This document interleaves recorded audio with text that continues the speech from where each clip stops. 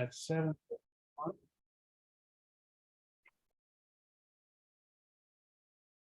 All please rise for the Pledge of Allegiance if you can. I pledge allegiance to the flag of the United States of America and to the republic for which it stands, one nation, under God, indivisible, with liberty and justice for all. Please remain standing for a moment of silence or silent prayer as your conscience finds appropriate.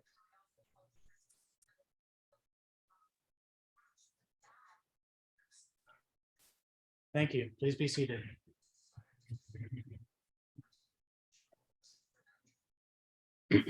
Members of the council, you have before you an agenda.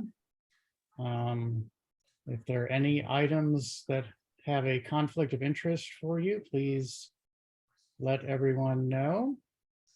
And I also need to know if there are any changes required to the agenda for this evening.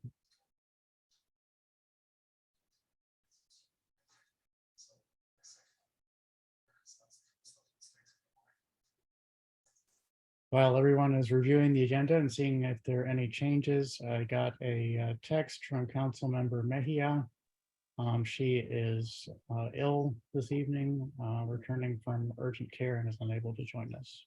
Oh, sorry to hear that. Councilmember Sadiq is overseas and is probably asleep by now, I would guess. At least that's where I think he is. Yeah.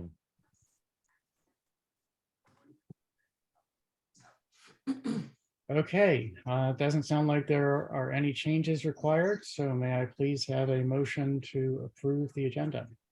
So moved. Is there a second? Second. A motion from Councilmember Foe, seconded by Councilmember Mayers, to approve the agenda as provided. Is there any discussion of the motion? Are there any public comments on the agenda? Okay, hearing none, I'll do a roll call vote for the present members of the council. Councilmember Smith. Aye. Councilmember Foe. Aye. Councilmember Lingua. Aye. Councilmember Mayers. Aye. And I abstain. The motion passes 4-0. We have 3 presentations this evening. The first presentation is from Dave Brosh, who is joining us from Composting Municipalities Organizing Now, which I like the acronym of that. That was a clever one. So Dave, please let us know what you want us to learn about the project. Thank you. I will try to be relatively brief because it looks like you have a very full agenda tonight, and I want to, I understand you have a lot going on, and I respect your time. I would like to briefly explain what we're doing and where we're at. There's a group of Prince George's County people, including me, who've been working on this as kind of advocates for composting. Now, this is, I think we're going into about our 5th year. We have been, I think the big holdup has always been finding a site, and we figure we need about a couple acres to do a moderate sized composting facility, which would not compete with, but would rather augment the current facility that's down in Western Branch, which is the county's facility just beyond Upper Marlboro. It's a bit of a haul for the towns in this area, University Park, Riverdale, College Park, and so on. It's more than an hour or more on a round trip to get there. What we like to do is to have a facility which might serve several of our communities in this general area and make it easy for us to get compostable materials, which would include probably food waste and yard waste. Some of the local towns, College Park right now is only doing, I think, food. University Park and Riverdale, we're doing both, and all that goes over to the Western Branch facility. We think that a closer facility makes more sense. And what we'd like to do is to find, locate, build, and then operate a moderate-sized facility that would serve up to 10,000 households. That's kind of like the plan in a nutshell. I'm going to just read very briefly some our vision statement we have in this document, which actually you can see there. Maybe I don't even need to read it, but I'll tell you kind of briefly what is really important. We think that it's something that will help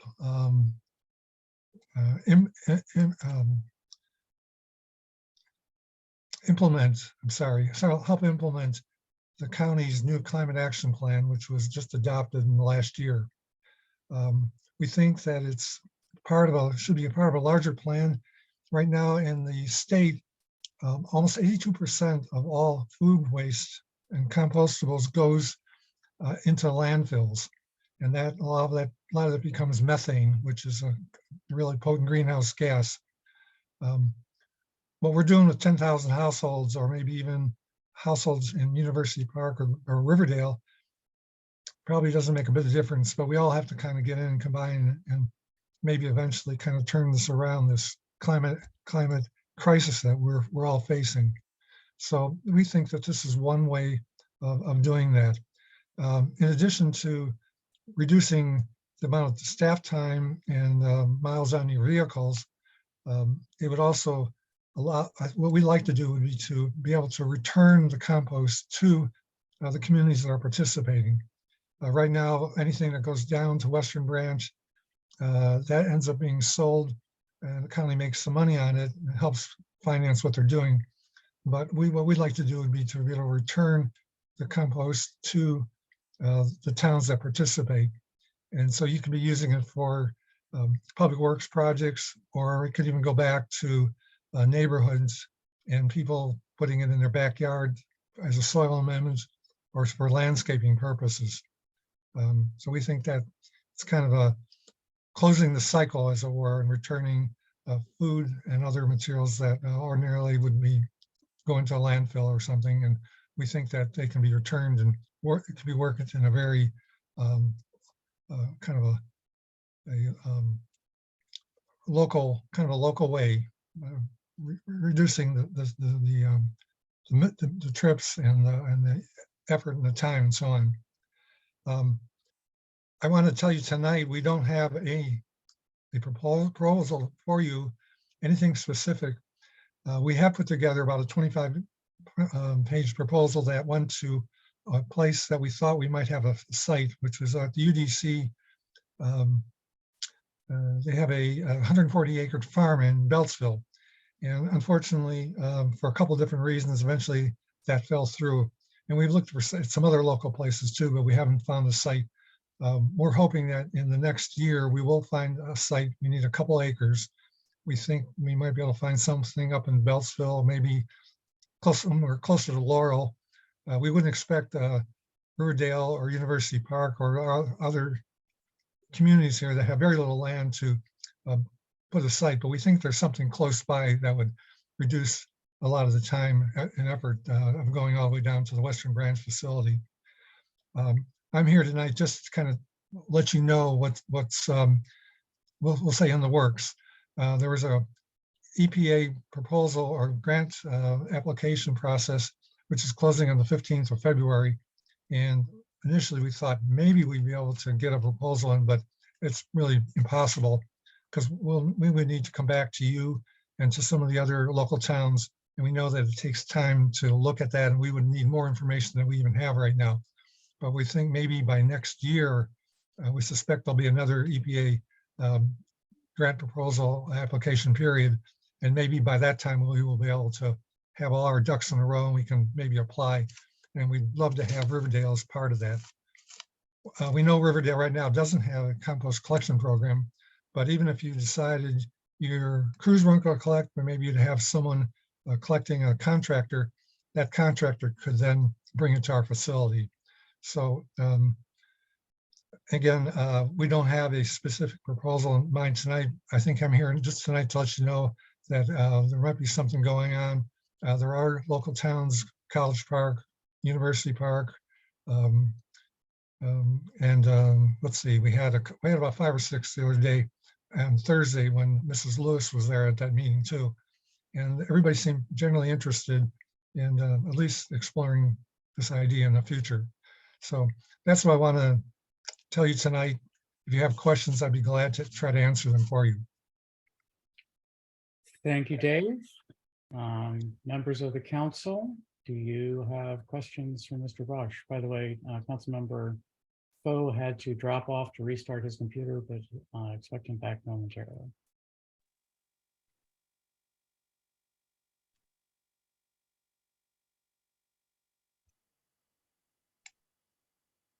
So Councilmember Lingo, I see you are unmuted. Go ahead. There's your hand. Thank you very much, Mr. Mayor. Mr. Brosh, this 2-acre site, I take it there's there would be physical structures on there as well. I mean, it's not just a basic 2-acre open field or anything. It's something that's going to be somewhat organized, and that there would be a structure, if not they're already erected on the site, to essentially manage or as part of the function of this compost yard. Yes, absolutely. And I think one important point I just forgot to mention, and it is really key. There's a group called Sustainable Generation.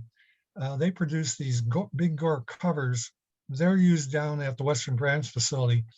And we've been offered the use of these covers along with a ventilation system and solar panels and batteries, that we could operate this facility on a couple acres of land. There wouldn't even need to be near a power line. And so we would have to build a site, probably some structures, an office certainly. We would be using these gore covers, which actually keep smells down, or keep smells, period, from occurring, because everything is being ventilated constantly.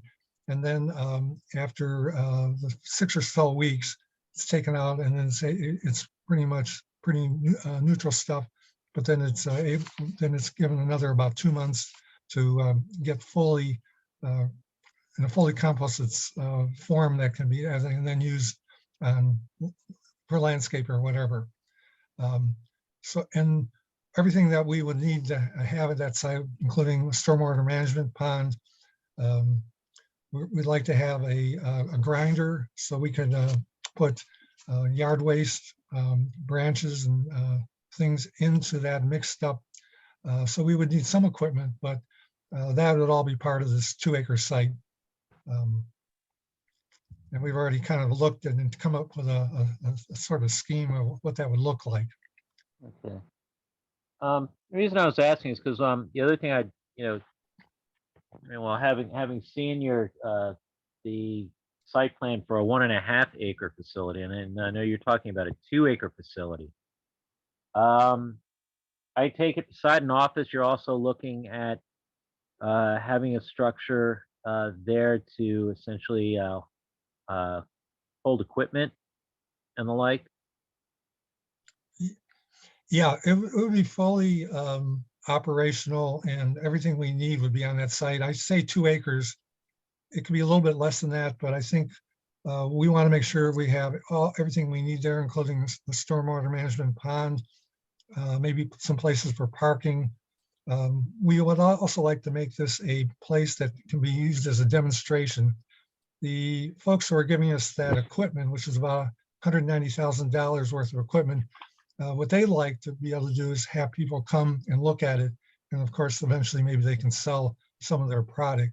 So Right. There's a bit of a trade-off there. We expect that, but we think that's actually good too, because it'll get the word out about how to be composting. And here's a smaller, moderate scale facility that maybe other communities can use as well. Okay.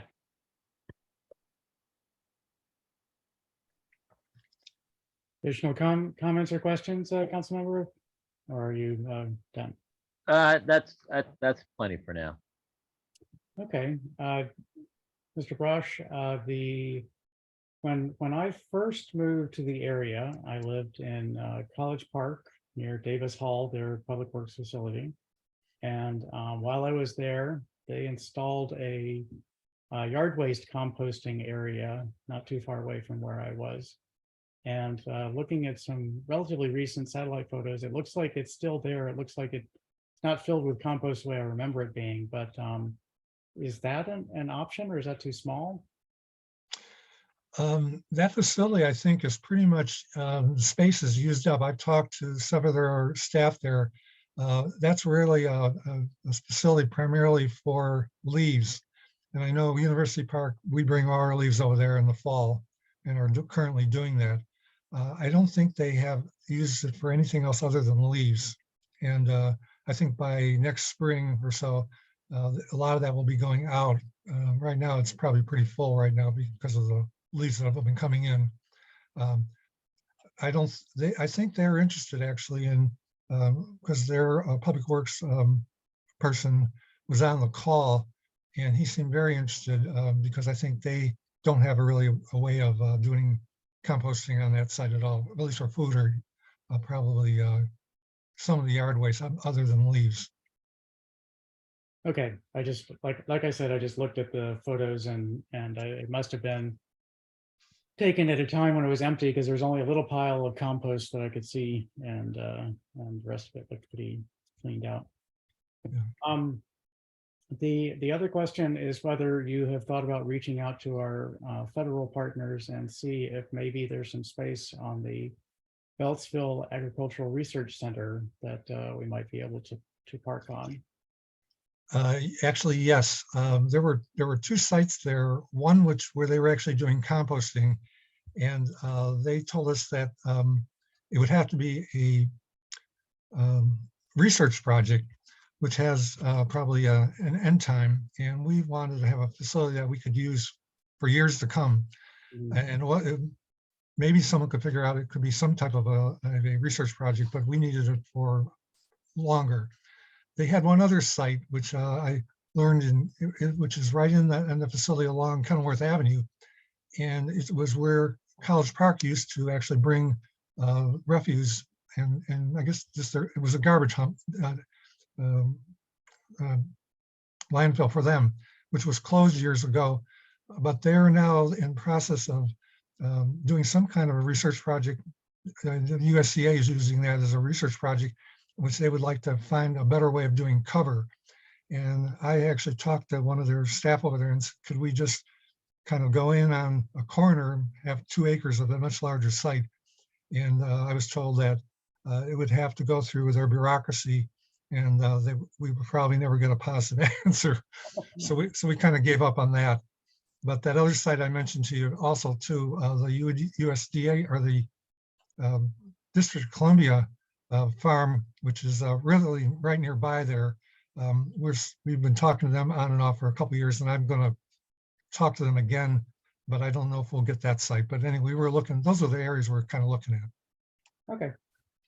Just thought I'd throw a few ideas out there, but it sounds like you're ahead of me, which makes sense. So thank you. So are there any questions from members of the public or comments? Not seeing anyone unmute. Councilmember Langlois, yes. Well, thank you, Mr. Mayor. I wanted to wait to give folks from the public a chance to ask questions. And if anyone does, I'm happy to wait. No one is unmuting, so go ahead. Okay, Mr. Rush, one of the things I was, as part of your of the presentation that you brought up is regarding a formal request from municipal leaders to investigate the option. And as part of this, this request to investigate, it's essentially, it would be municipalities, having made the decision to fund the development and operation of a compost site, staffing of a compost site, and to also be responsible for ensuring the regulatory compliance and reporting for the facility. Has there been a cost estimate done on what this would, what this would incur, what a municipality would incur? I think as I was stating earlier, we don't have any figures right now. Tonight was just an opportunity to let you know that there's something in the works. When we have something more definite, we will definitely get it to you. And we'll try to have those numbers because that's certainly important. Yeah. One of the things that we wanted to do, and I hope we can do in this hopefully next round of the EPA grant round, would be to get substantial amount of money if we're able to get a grant that would help pay for the cost and maybe even some of the operations of the facility, at least for the near term. But again, that's we don't have any numbers yet. But as soon as we have something, we'll be glad to talk to you about that. And I think one of the things we did on Thursday was to have an opening conversation with other public works staff in some of the other towns. And I think what would be good going forward over the next 6 or 9 or 12 months would be to figure out how this all might work, the collaboration between some of our local towns, so that the cost wouldn't be borne by anyone in particular, but maybe by some of the costs would be borne by some of the jurisdictions. And then hopefully we get some EPA money and we have that about $190,000, I don't know if I'll call it a gift, but anyway, that's something which we'll be able to use toward the operation of it. Oh, okay. Okay. My apologies if I didn't hear that the first time. Yeah, because I mean, a site like that, it's going to be fairly substantial. It's going to be a fairly substantial amount of commitment on staff time as well. And anything that you can come up with in terms of how this would break down as to who has what responsibility, who has what authority, and where any liabilities lay, that would be helpful. Sure. I think there's a couple options that we are already looking at in terms of staffing. And one would be to hire staff who have some composting experience. And there's one in particular, a guy named Justin Garrity, who has a company called Veteran Compost. We've been talking to him, and he said he might be interested. But again, like everything else, he would have to know more about how it would, all the specifics. So we think that there might be a person there who's already got a lot of experience. The other thing would be a shared with some of the towns, maybe having one staff 1 day a week out there, something like that.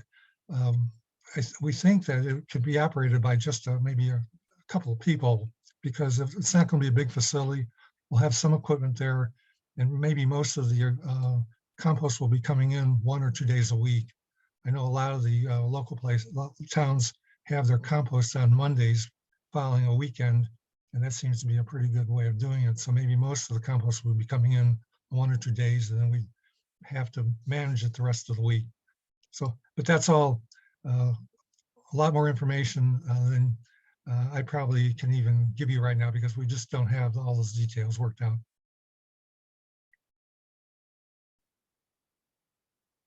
Well, Okay. Thank you. Thank you for joining us this evening, and we definitely want to be kept in the loop. We've had discussions about food waste composting for many years, but the studies we've seen made it cost prohibitive, and so we haven't moved forward on that. So please do keep us informed as we make progress on this project. Thank you, Mr. Mayor, and thank you, Council, for your time. Hope to see you soon. Thank you. Thank you. Thanks for showing up, Dave. Thank you very much. Okay, next item on the agenda is Deputy Director Gentry Jones providing an economic update. Deputy Director Jones. Thank you. If I could share my screen, please.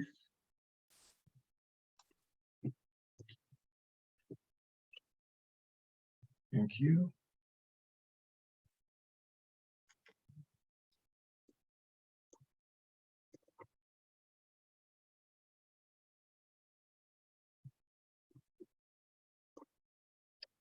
All right. Good evening, Mayor and Council, members of the public. Tonight's presentation is an economic outlook.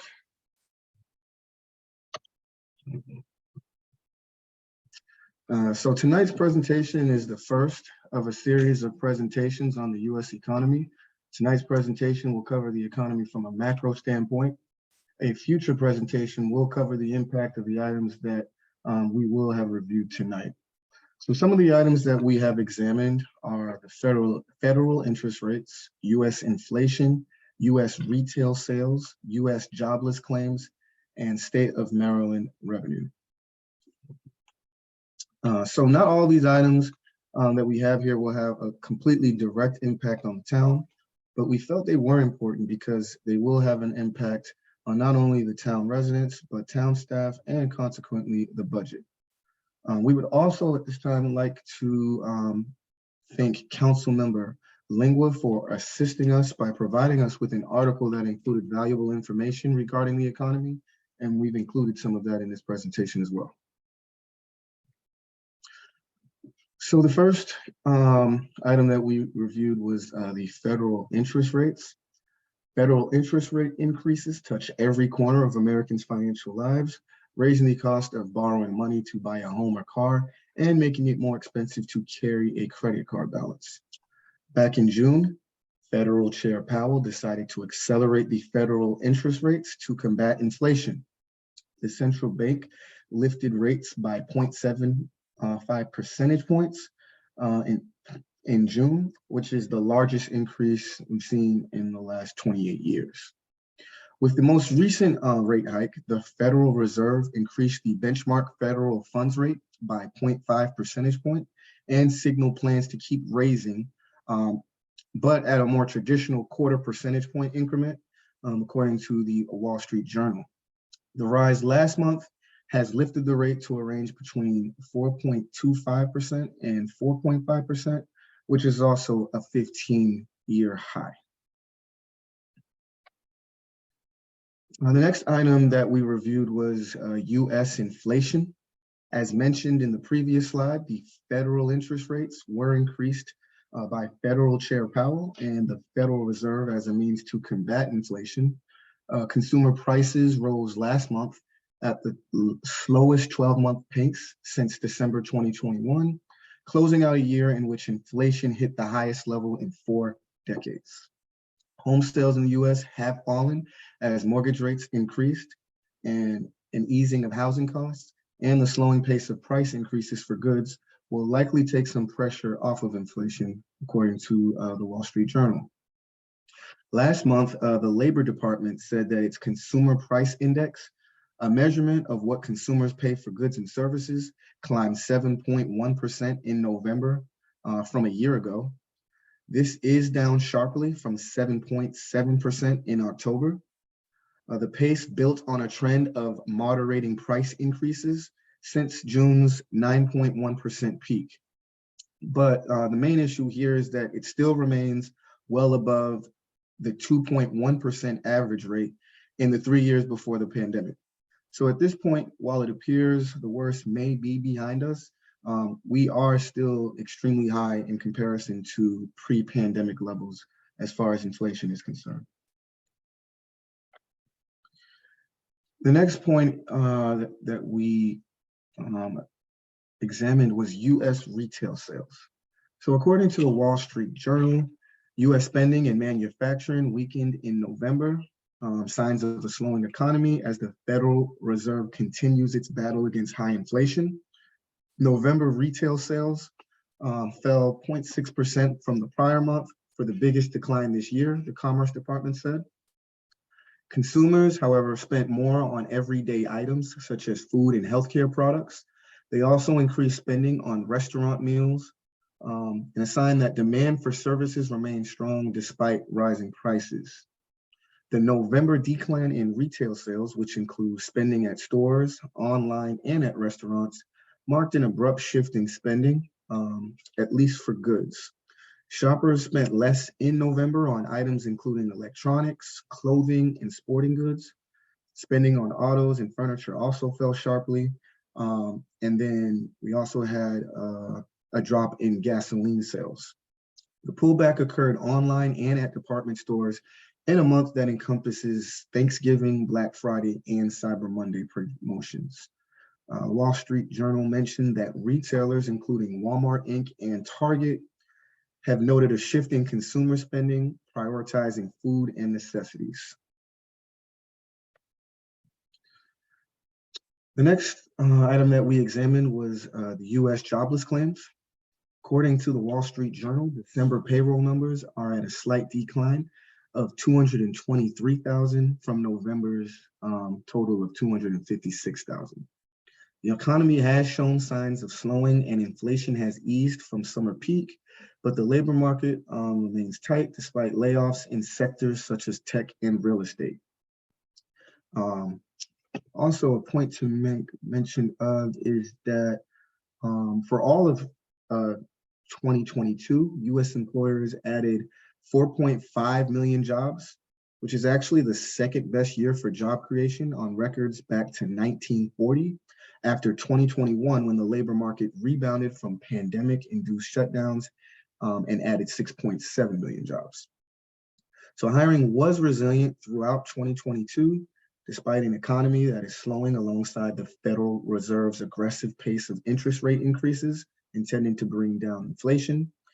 However, there has been some recent data and a wave of tech and finance industry layoffs that suggest the labor market, while very vibrant, might actually start losing momentum, and gains could reverse in 2023. Officials expect that interest rates increases that will slow the economy over the coming year may actually push unemployment rate up to 4.6% by the end of 2023. So that's also something that we will continue to monitor. Now, the next portion of the presentation covers the state of Maryland and revenue associated with such.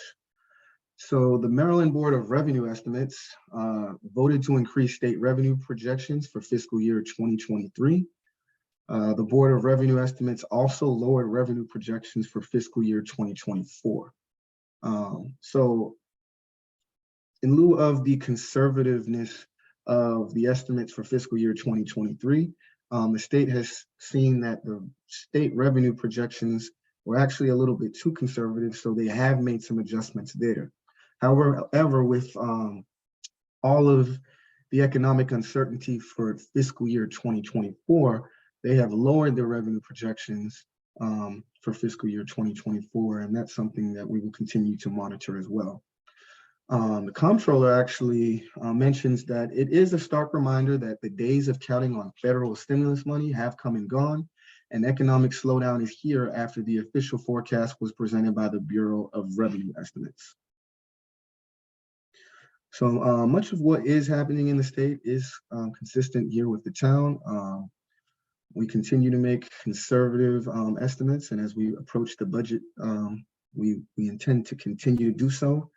And in addition to that, we plan on moving forward without reliance on federal funding, such as the American Rescue Plan Act funds, as we take a conservative approach moving forward there as well. So this slide represents asset information provided by the Comptroller of Maryland. Most asset prices have declined significantly. As you can see, the stocks and bonds are down year to date in comparison to Maryland home prices. The S&P 500 is down 17.5%. 29.2 for NASDAQ, US bond index, 11.6%. But Maryland home prices are actually up 2.7%. The next slide illustrates personal income forecasts, also provided by the Comptroller's Office, Bureau of Revenue Estimates. Personal income tax is one of the items that does have a direct correlation to town revenue. Our share of the state income tax. As you can see, in 2022, there was a significant drop, but in 2023, you can see income has rebounded. 2020 was a unique year. There was a significant amount of transfers from the state in response to the pandemic, which is represented by the gray bar. In 2022, the state reclaimed some of that money in the form of a transfer as well. So their 2022 was actually a bit lower than 2021. In 2024 to 28, the forecast that was provided by the Comptroller's Office shows a bit of a decline from 2023 figures. And as we put together the budget and forecast our own numbers, these are also items that the town and staff will take into consideration. So brief summary of the economic outlook. We have covered these items from a macro standpoint, the federal interest rates, US inflation, US retail sales, US jobless claims, and lastly, state of Maryland revenue. Again, tonight's presentation was the first of a series of presentations on the economy, and a future presentation will cover the impact of the items that we have reviewed tonight. And that concludes the presentation. We will open it up for any questions or comments. Thank you, Deputy Director Jones. Are there council questions or comments for Deputy Director Jones?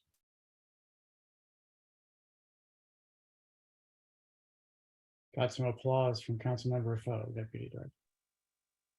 Mr. Mayor, if I may, Please, Councilmember. I just wanted to thank Deputy Director Jones for the presentation and the numbers that he brought up. I'm sure you probably heard today, there's some reports for profits that came in. They're down 4% from this time last year. But I think the main point that we're seeing here is the fact that we're looking at slower real estate sales for this, for this area for probably for some time to come.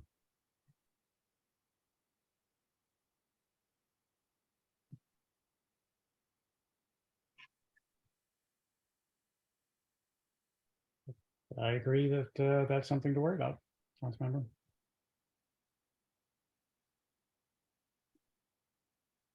Any additional comments or questions? I have none. Okay. Any other members of the council? Not seeing any microphones turn and muting turn off. Any members of the public? Mr. Mayor, Councilmember Foe, go ahead. I apologize. I just want to thank you, Deputy Director Jones and Councilman Lingua. I love, the teacher in me always loves the educational purposes sometimes that appear in our meetings. And not being a wizard of economics, I look for any knowledge that I can attain. So I appreciate the thought and effort. Thank you. Thank you. Okay, any members of the public? And Deputy Director Jones, I'm going to ask you about one of your slides. You should probably reclaim the screen. Sure.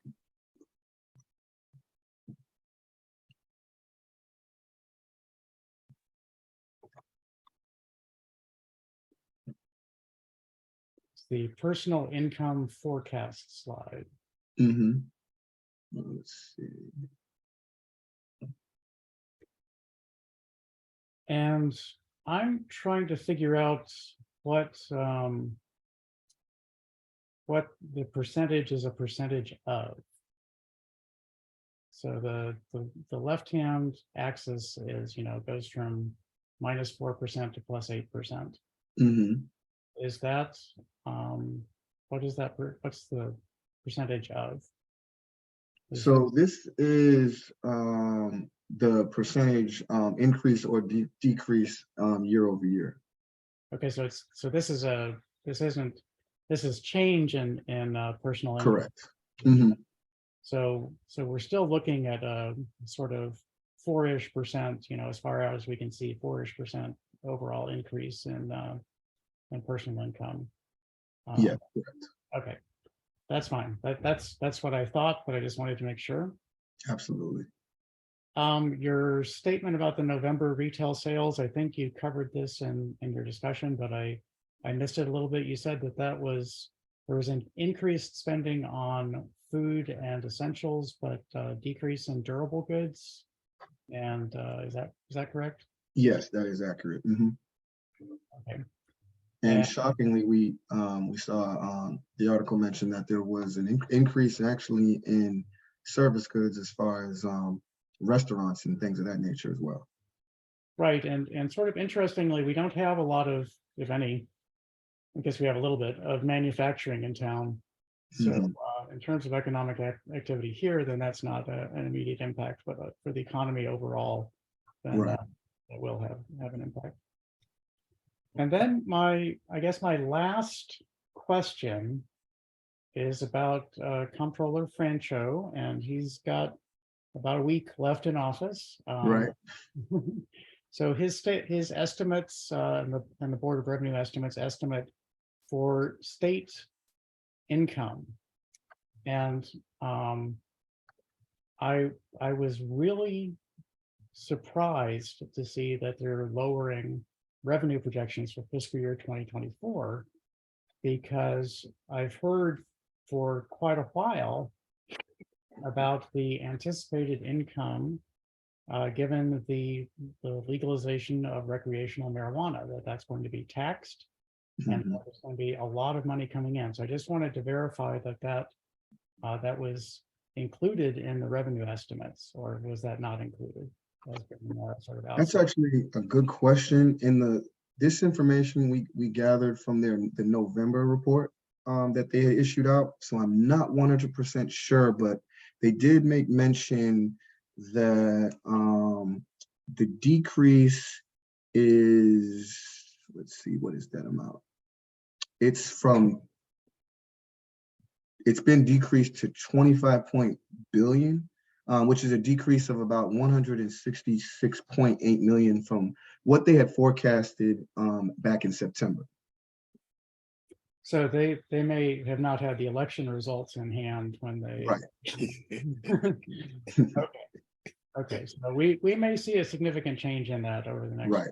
months as they figure out what's going to happen there.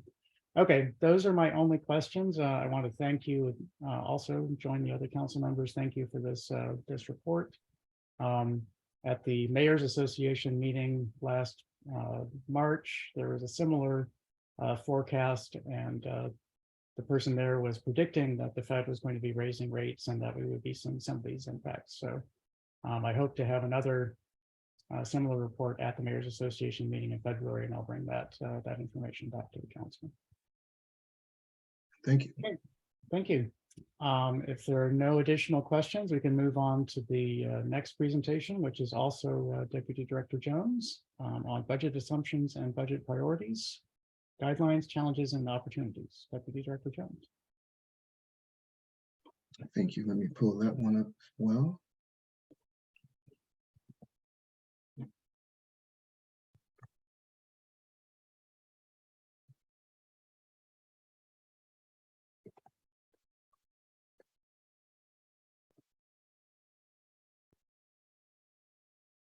All right, again, thank you, Mayor and Council. Tonight's presentation is budget assumptions. So this slide lists the 8 building blocks that provide structure and guidance for the staff team as we develop the budget assumptions and the proposed budget. The information on the following slides will provide some additional information on each one of these building blocks.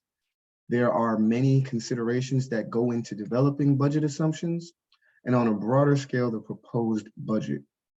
Understanding the broader context assists the staff team in delivering a better product as we work from a top-down approach. So the first building block is 5-year projections. 5-year projections are going to be our best guess at the time that the projections are made. They are intended to assist with long-range strategic decision-making.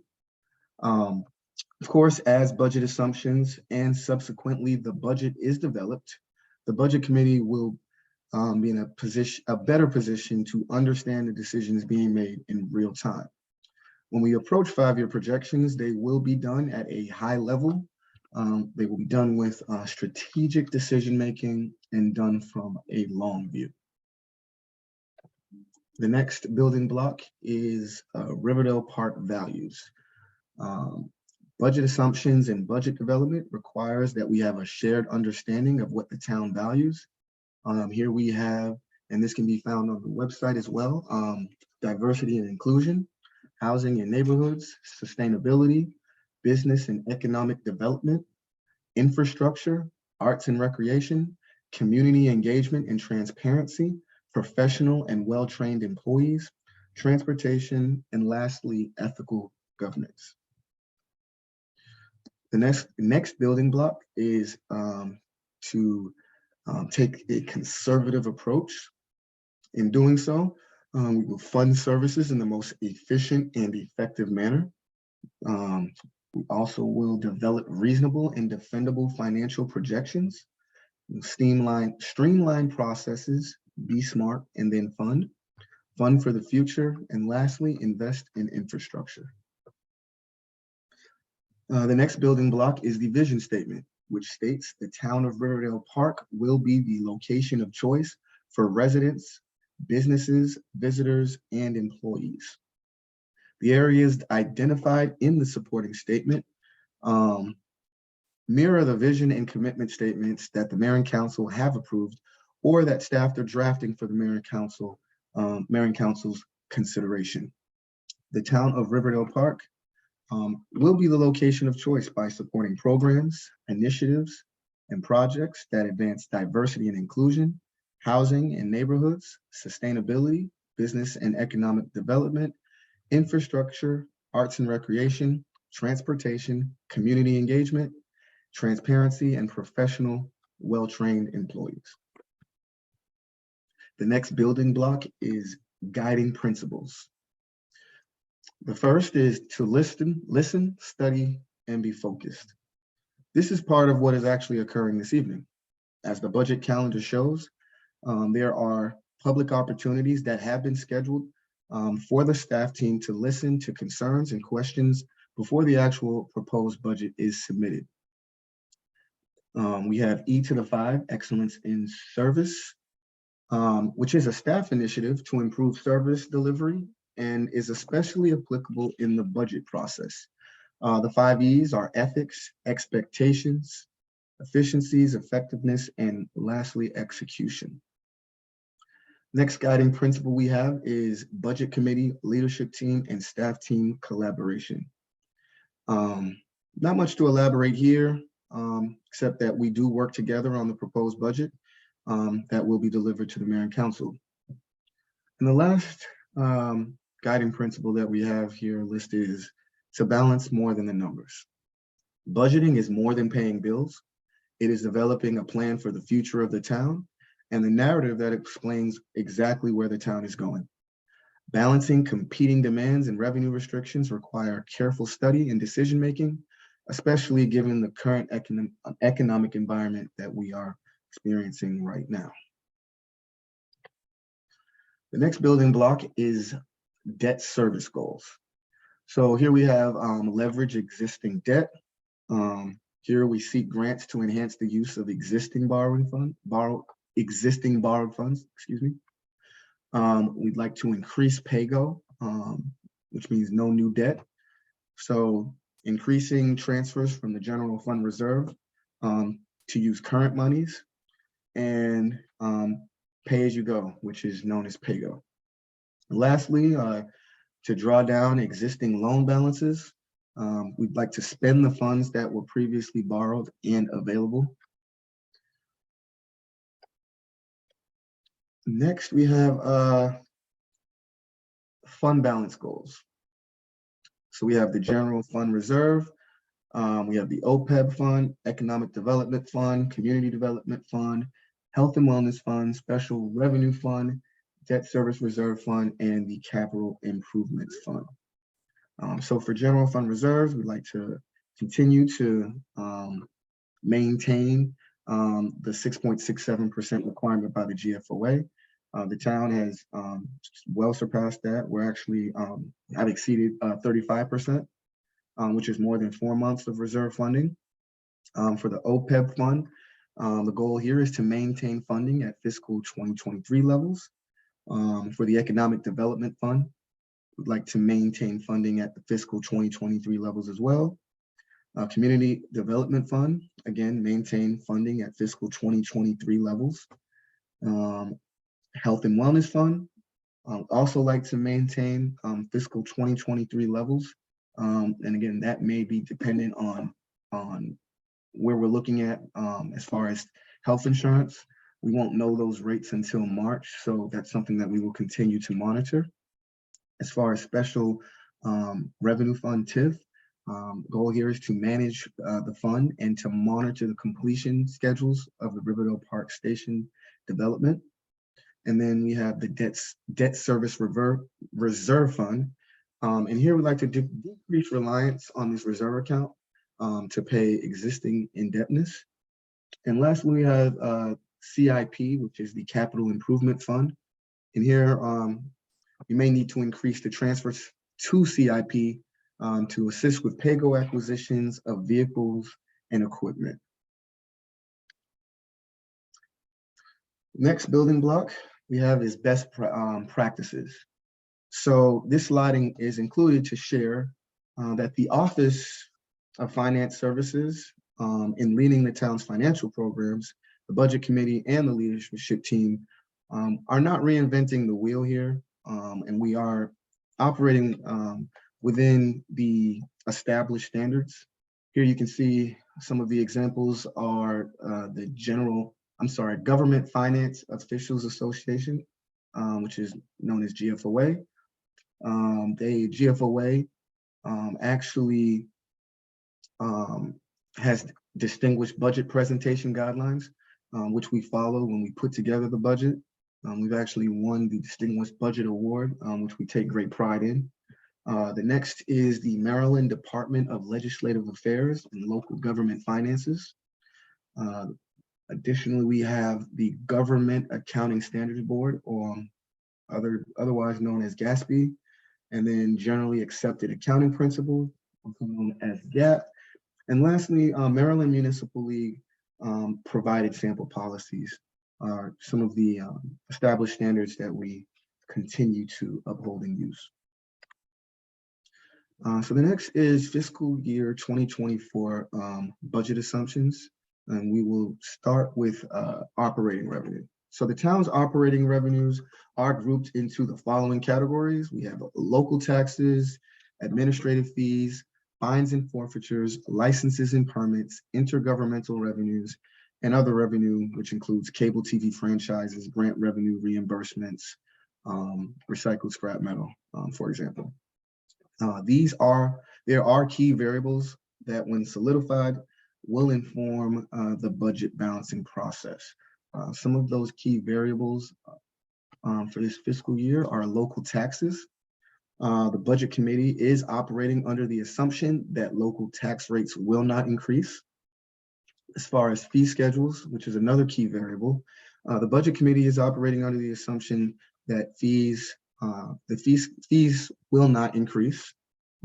For intergovernmental revenues, the Budget Committee is operating under the assumption that the revenues will remain relatively flat, although we are not 100% certain, as we have not yet back heard from the state, but we remain optimistic there.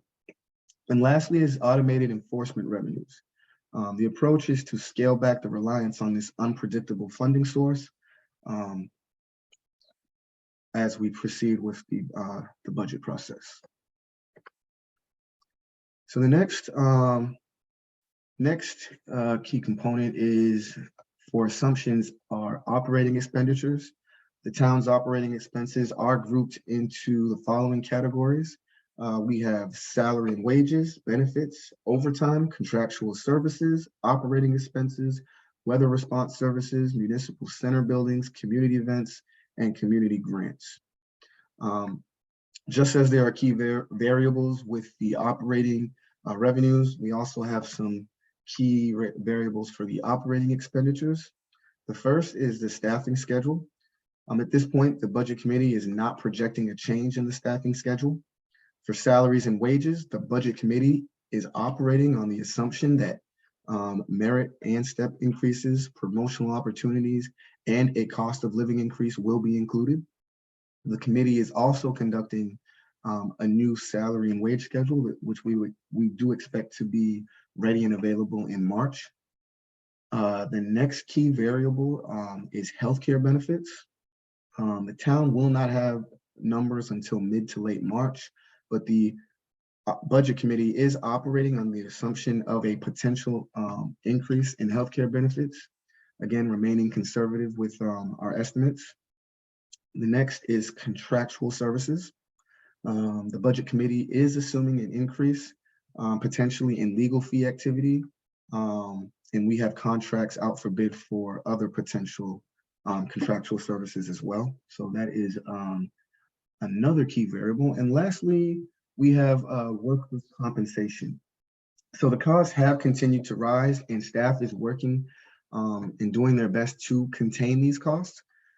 There have been some significant and avoidable injuries. We won't have any updated numbers until mid to late March, but the anticipation there is that there may potentially be some increases.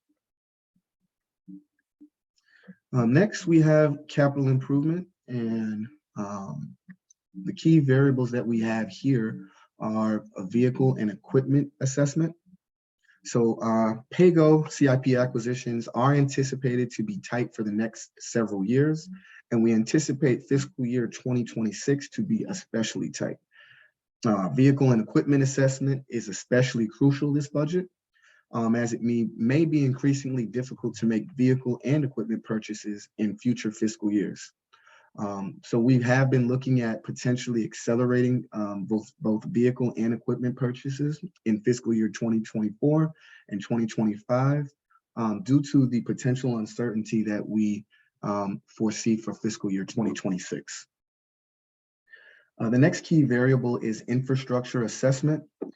Some of the items included here are the urban tree canopy, and we're looking at non-project specific funds for road repairs. Next key variable is alternative project delivery. Here we'd like to look at multiple ways to tackle projects. And the last is alternative funding options. And here we're looking at grants and other various options, such as private-public partnerships as an alternate funding option for our CIP projects. So on the next three slides are a summary of what we just went over as far as our operating revenues, expenses, and CIP. And as indicated in the memo, these are assumptions, and with assumptions, they are subject to change as we proceed through the budget process. So for operating revenue, we have our summary of events is no changes to real property tax rate, no changes to the business personal property tax rate, no changes to the operating public utility property tax rate, no changes to the admission and amusement tax rate, and lastly, no changes in fee schedules. Some of the items summarized under operating expenses are that salary and wages. We have merit step and COLA increases are to be determined, as well as a new fee schedule that we hope to get in March. For healthcare benefits, we expect increases and to maintain cost sharing. For contractual services, we anticipate an increase in legal fees. And we have a number of contractual services out for rebid. And for workers' compensation, we anticipate a potential significant increase. The budget assumption summary we have for capital improvement is an updated vehicle, equipment, and infrastructure assessment, multi-year alternative funding, excuse me, alternative project delivery, and PAYGO needs to be increased. So the next portion of the presentation covers budget priorities, guidelines, challenges, and opportunities. So for the budget priorities for fiscal year 2024, some of the staff budget priorities that we have here is a delivery of services to town residents, community and economic development, vehicle replacements, equipment purchases and upgrades, and future funding for CIP. Some of the budget guidelines for fiscal year 2024. As mentioned before, the GFOA, or the Government Finance Officers Association, offers Distinguished Budget Presentation Award guidelines. Some of the criteria include financial structure, policy and process, financial summaries, capital and debt, departmental information, and document-wide criteria. So the GFOA, which establishes the Distinguished Budget Presentation Awards Program, was founded in 1984 as an effort to encourage and assist state and local governments to prepare budget documents. And these are the guidelines that we will continue to use as we proceed with the whole entire budget process. And at the conclusion of such, we intend to submit our budget to be evaluated and put forth to potentially earn the Distinguished Budget Award. So some of the budget challenges facing fiscal year 2024, we have COVID-19 uncertainty, geopolitical uncertainty, US inflation, federal interest rates, funding and planning for CIP expenditures, funding capital acquisitions, funding new projects, and lastly, the economic impact on fiscal year 2026. So with COVID-19, we all are aware of the impact that the pandemic has had on the town, the entire country. This is something that we also will continue to monitor. As far as geopolitical uncertainty, we have the war in Ukraine, which has had a significant impact. We continue to monitor the economy and any of the effects that, such as supply chain management, or any other various challenges as we proceed with the budget. As far as inflation, this has impacted the US with some of the highest rates in decades, which was covered in the previous presentation. Along with that, we are seeing rising prices, supply chain issues as well. So, this is a significant challenge that we will be dealing with when moving forward with the budget. As far as federal interest rates are concerned, Riverdale Park's, one of Riverdale Park's biggest revenue sources is real estate.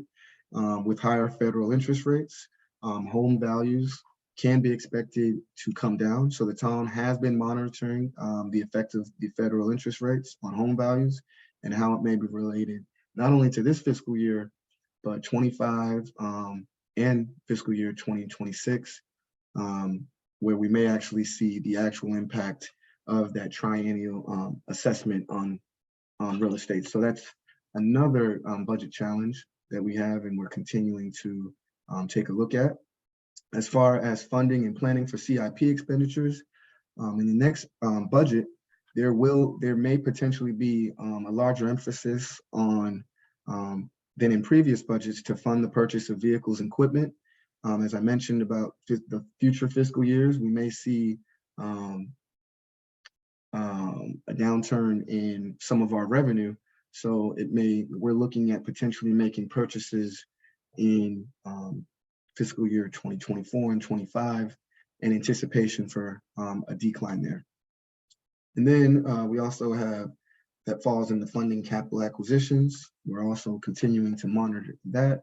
as well as funding new projects.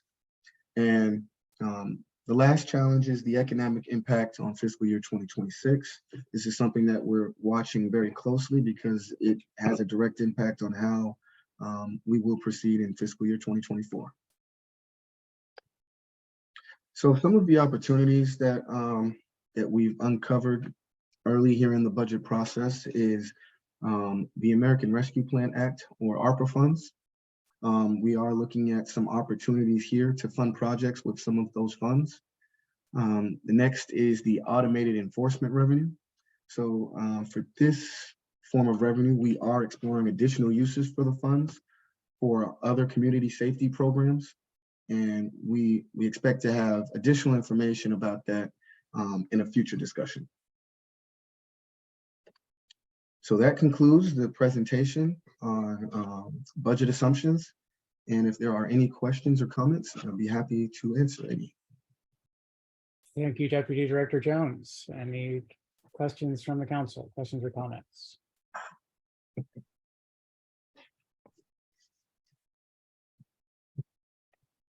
Councilmember Smith. Thank you, Mr. Mayor, and thank you, Mr. Jones, for that great presentation and all the work that you and the staff put into it. Question on the debt service. Assuming at some point interest rates fall, which they should, I think that the Fed has been pretty reckless in raising them and trying to create a recession that we otherwise could avoid. But assuming that happens at some point, would our posture in regards to taking on new debt change? At this point, that's something that we, at the budget committee, we haven't yet discussed that in full. We're still in very early in the budget stages, but now that you mentioned it, it's something that I will make a note of, and I will follow up with you if that's a route that we do decide to go. Yeah, that'd be fantastic. I think for a while we had near zero interest rates, and many governments at all levels, especially the federal government, didn't take advantage of what was essentially free money that could be used to build infrastructure that leaves a lasting impact and improves our infrastructure. Speaking of the budget committee, when you say the budget committee, you're referring, correct me if I'm wrong, but you're referring to the budget committee of this council? Yes, yes. No, No? Okay. no, the budget committee is Mr. Jones and Mr. Smith and myself, and it's Okay. supplemented with members of the leadership team. Gotcha. Yeah, my apologies. Yes, what Mr. No problem. Stishon said. Yeah, I would just say, in regards to the budget committee of this council, I would like to have more engagement with that process going forward, with my colleague from the 3rd Ward.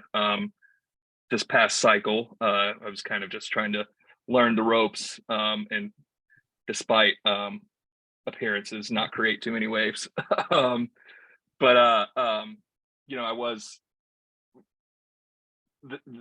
I didn't see the budget until it was presented to the council and the public. And now looking back, you know, I'm assuming that that was a thing that I could have asked for. And so that's on me.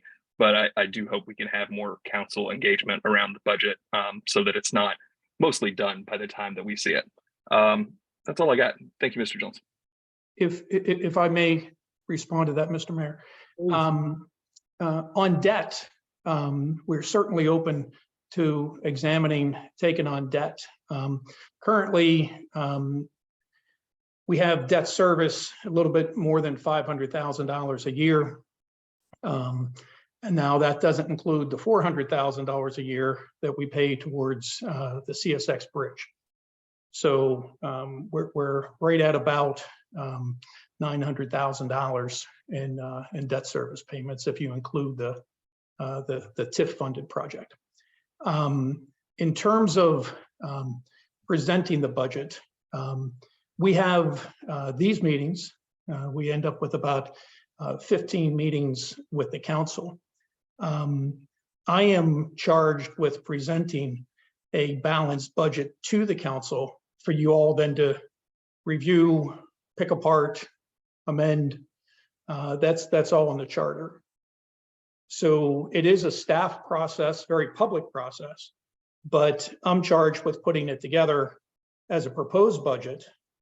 And then you all have the months of April and May to make changes to that budget and then to go through an adoption process.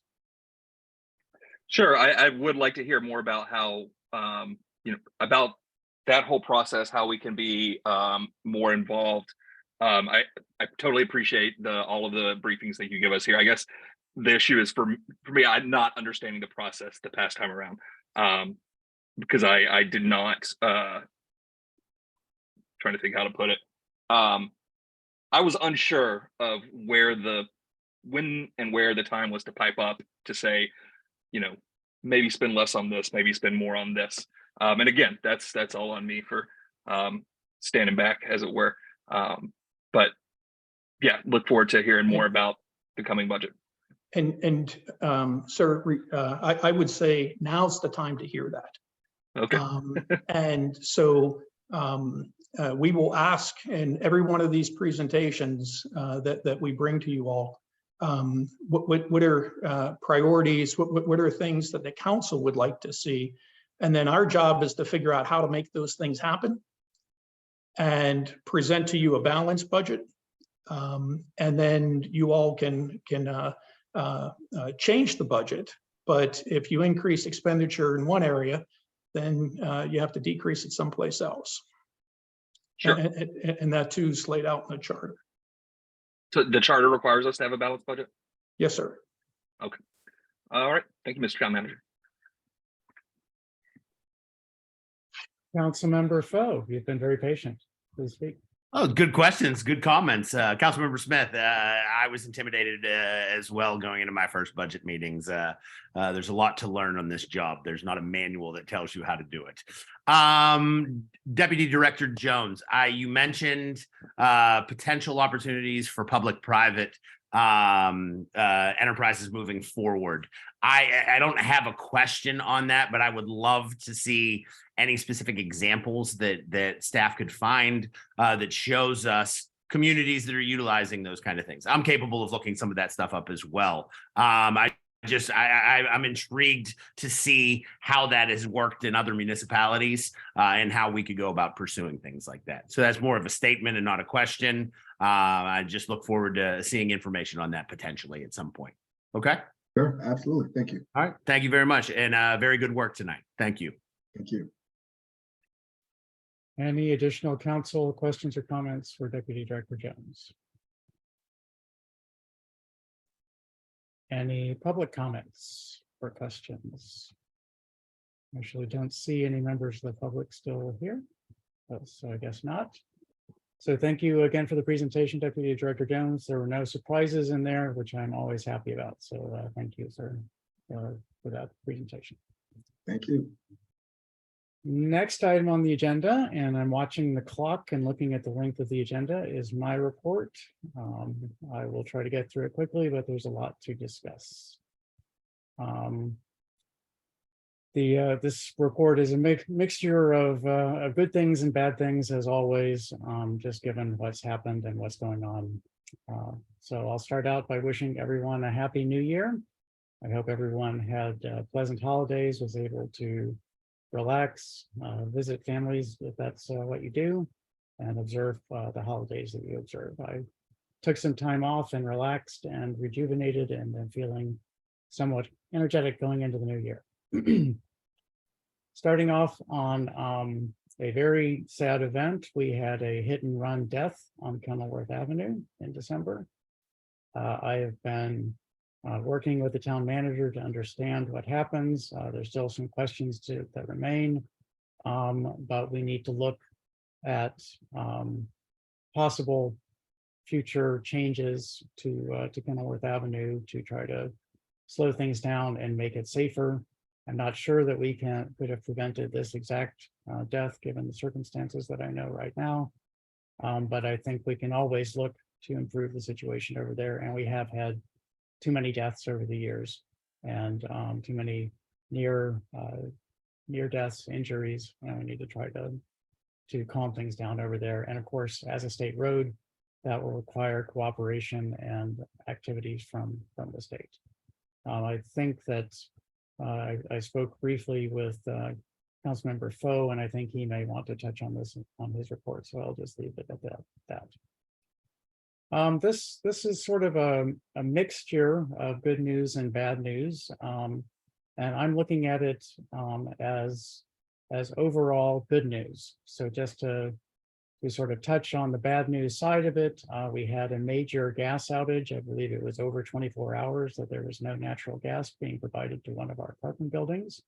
This was during the cold spell in December. It was quite cold, and the residents were severely impacted by the fact they didn't have heat nor hot water in their apartments. At another apartment building, there was a heating outage again.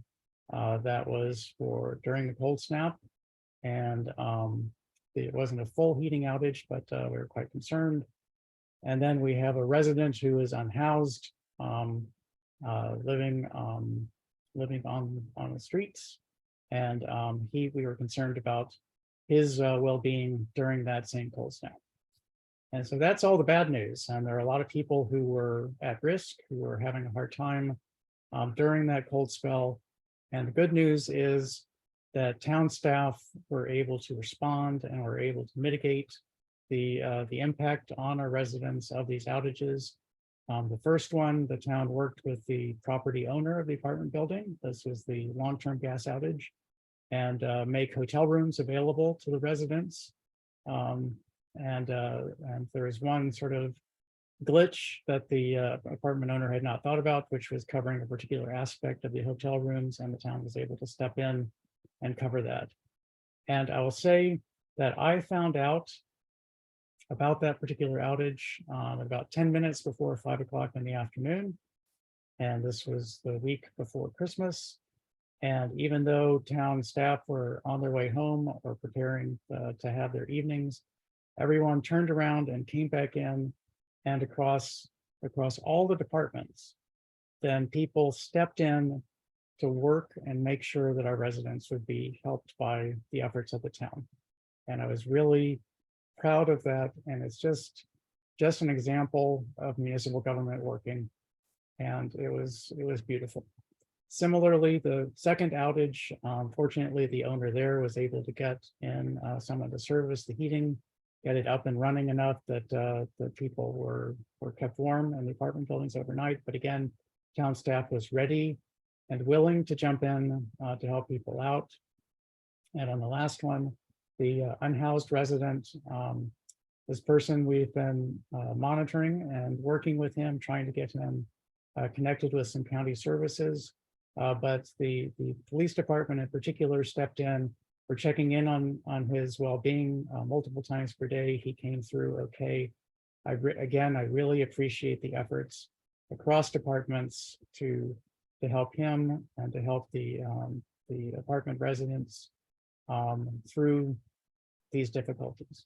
It was really just exactly what one expects from a caring and engaged town government. And I think we did very well. And I want to give a gold medal to everyone on the town staff who was involved. It was wonderful to see that. Really appreciate it.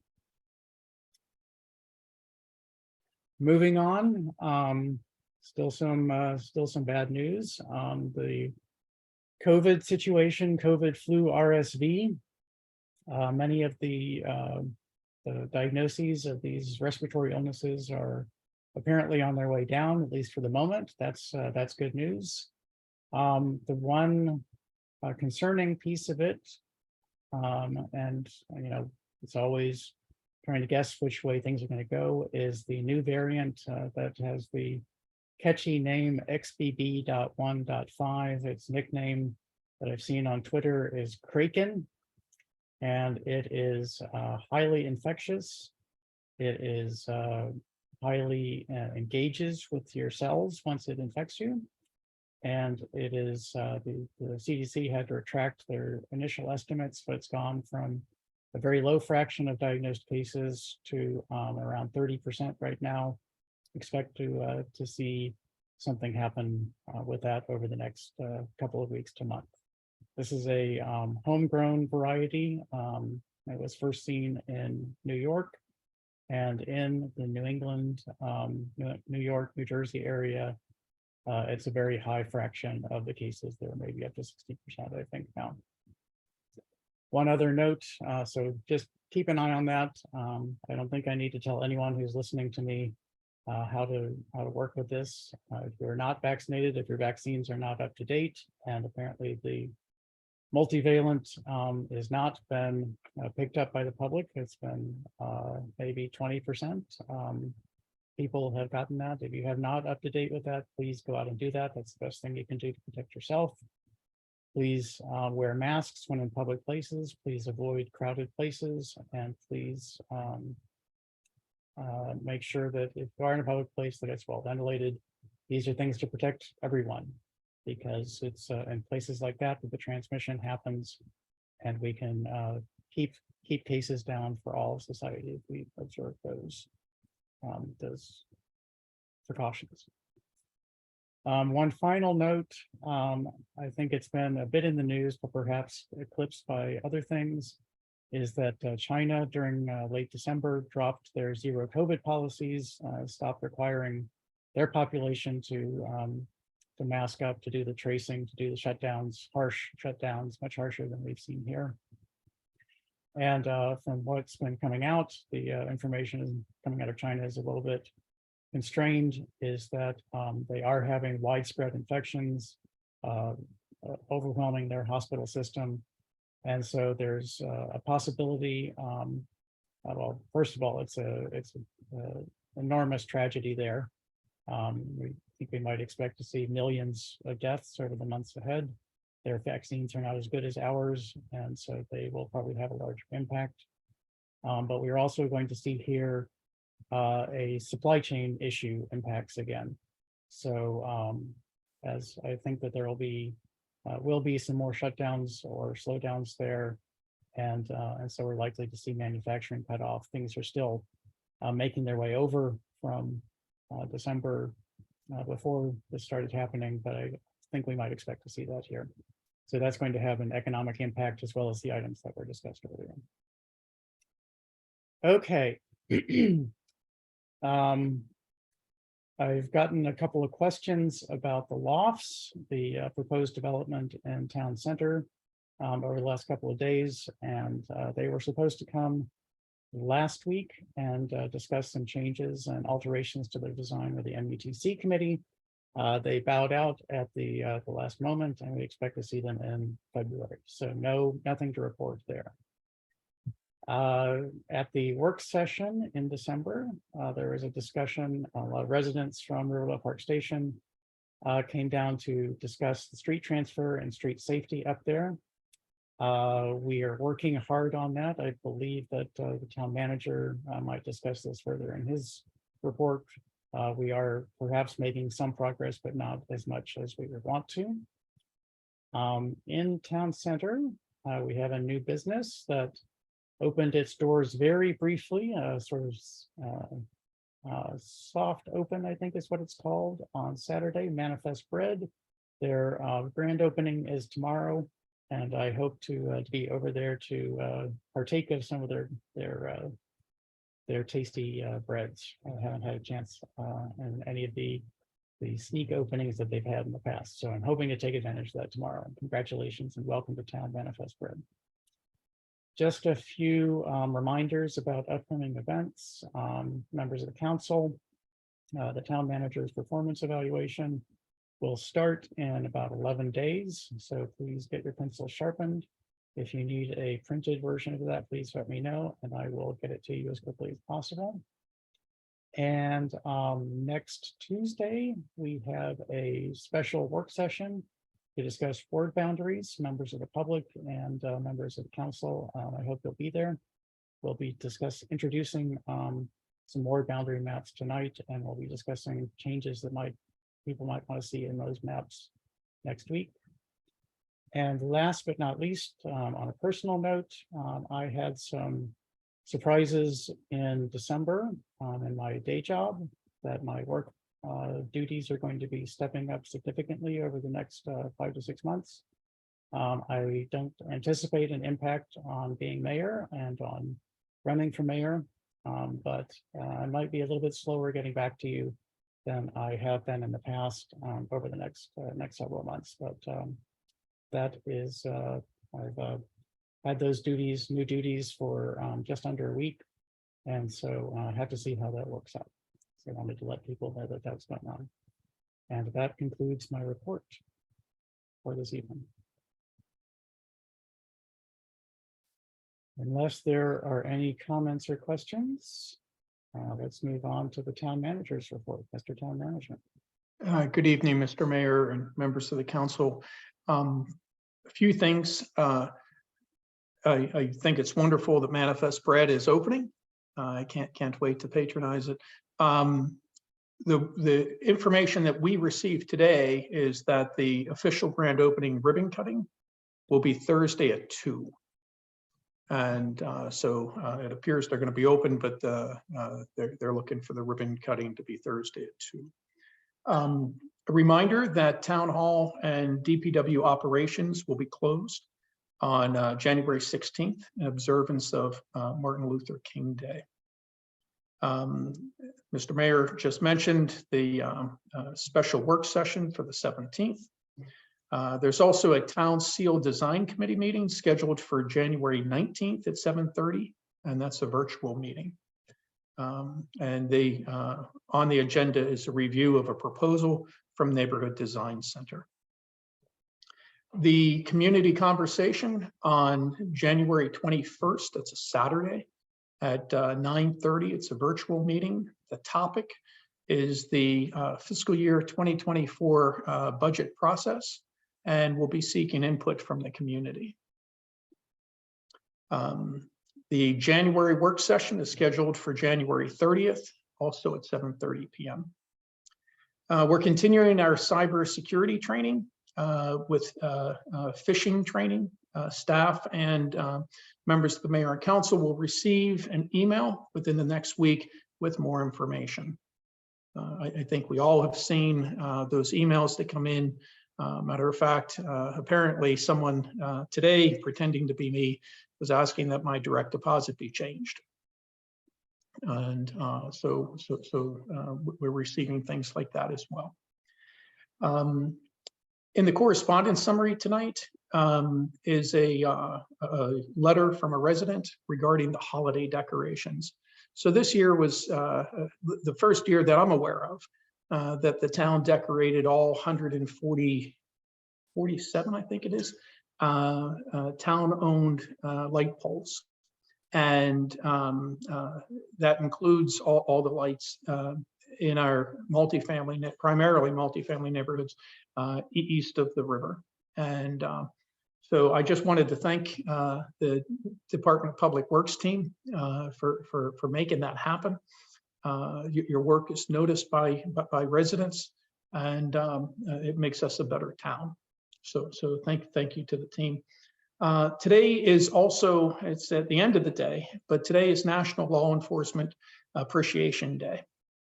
And so I just want to take a moment to let all those working in law enforcement, and then specifically those working for the town of Riverdale Park and law enforcement and our dispatchers, thank you for your efforts to keep the community safe. You're greatly appreciated.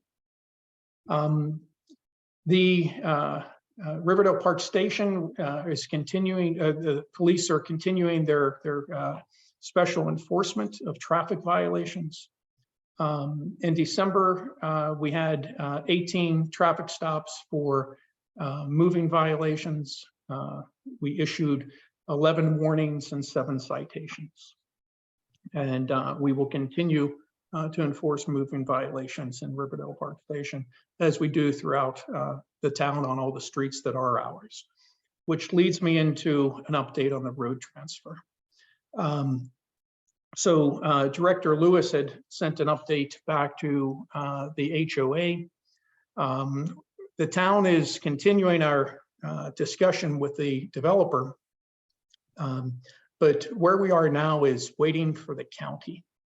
So just as a recap, a few months ago, Director Lewis and I came across the issue that some of the infrastructure was not located within the public utility easements. So the attorneys had to get together and they worked through their process, but then that resulted in amendments to the plat. And so they had to get their engineering staffs to amend the plats. And then that had to be submitted to the county. And the county has a review process before the revised plats can be approved and then recorded. And so all told, we're looking at that process being about another 80 days.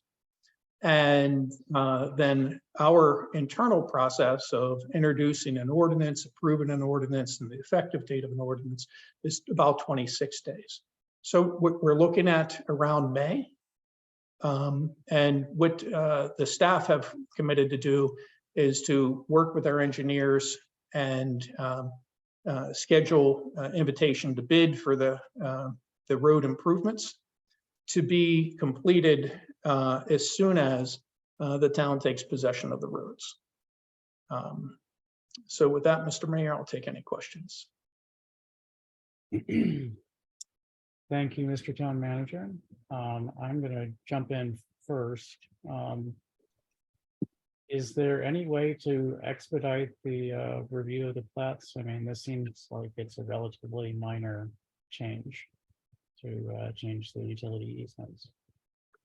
Yes, and so that's something that Director Lewis and I have talked about, and we will be exerting whatever influence that we can on the process.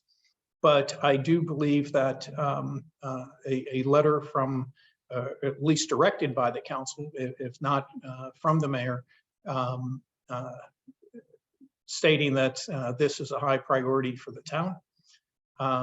And perhaps that going to the county council would bring about the expedition or the expediting that the town seeks. Okay, thank you.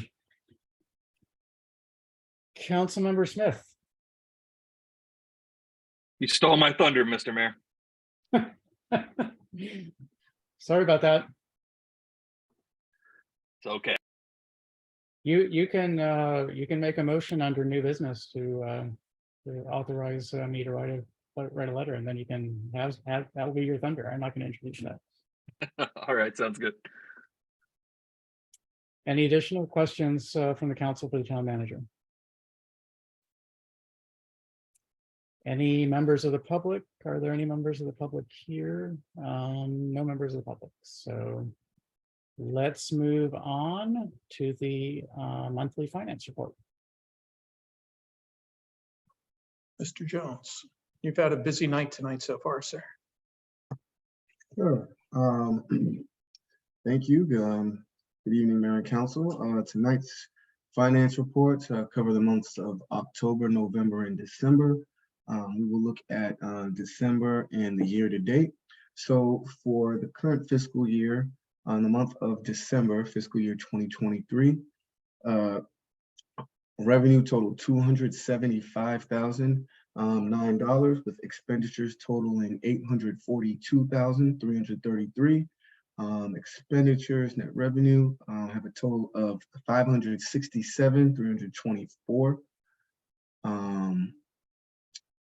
We look at the year to date, the total revenue is at $5,395,073, with expenditures totaling $3,795,354, with a total net of $1,599,719. So we look at the month of December. Revenues are not too far off from where we were in the previous fiscal year. As far as expenditures, the total of 842 is a little bit higher than the previous fiscal year, but if we look at the net, it's in a similar range. Fiscal year 2021 revenue was lower than both the months of, the years of fiscal year 2022 and 2023. So we had a higher expenditures net revenue there. And if we look at the year to date, revenue at this point is a little bit lower than where we were in the previous year. The main reason for that is our real estate taxes. At this point, this has been kind of a wacky year as far as receiving our Prince George's, our real estate taxes from Prince George's County. Traditionally, we receive a very large chunk in October and November. This year, we received just one large chunk in the month of October, with not a second large one. And for this current fiscal year, we typically receive a larger amount as well in December. This month, I'm sorry, for the month of December, we didn't, but we do expect, hopefully in the month of January, for things to balance out and we can be in line with where we are. As far as total revenue in comparison to budget, we're currently at 60% of the budgeted revenue, so we still are in line with where we should be, and we do expect to receive all the revenue that we had budgeted for. We look at the expenditure side, we are actually lower than where we've been in the previous year, continuing to move conservatively with our expenditures, as we do know that this is a time of uncertainty. So we should continue to maintain a conservative approach. And yeah, that puts us at the 1,599,000.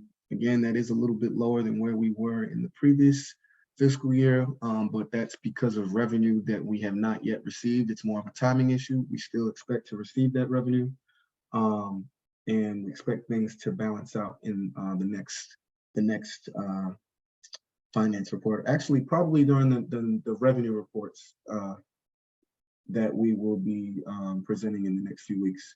Typically, we receive money from the state from Prince George's County on the 10th. So we expect to receive that sometime this week, actually. So again, while things might not be as high as they were in the previous fiscal year, we do expect to receive that shortly. And overall, we do appear to be in good financial standing. Yeah, that concludes the finance reports for tonight. If there are any questions, I'd be happy to answer. Thank you, Deputy Director Jones. Council members, questions or comments?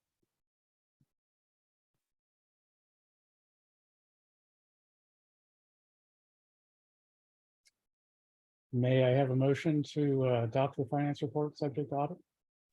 Mr. Mayor, I'd like to make a motion to adopt the treasurer's report subject to audit. Is there a second? Seconded. Motion by Councilmember Lingua, seconded by Councilmember Foe to adopt the finance report subject to audit. Is there discussion?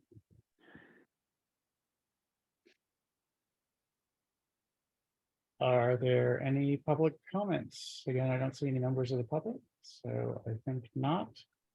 So I will go immediately to a roll call vote. Councilmember Smith, Aye. Councilmember Foe, Aye. Councilmember Lingua, Aye. Councilmember Mayers. Aye. And I abstain. The motion passes 4-0. Next item on the agenda is the correspondence summary. The town manager mentioned the one letter thanking us for the holiday decorations. Are there any other letters that would lead to council action?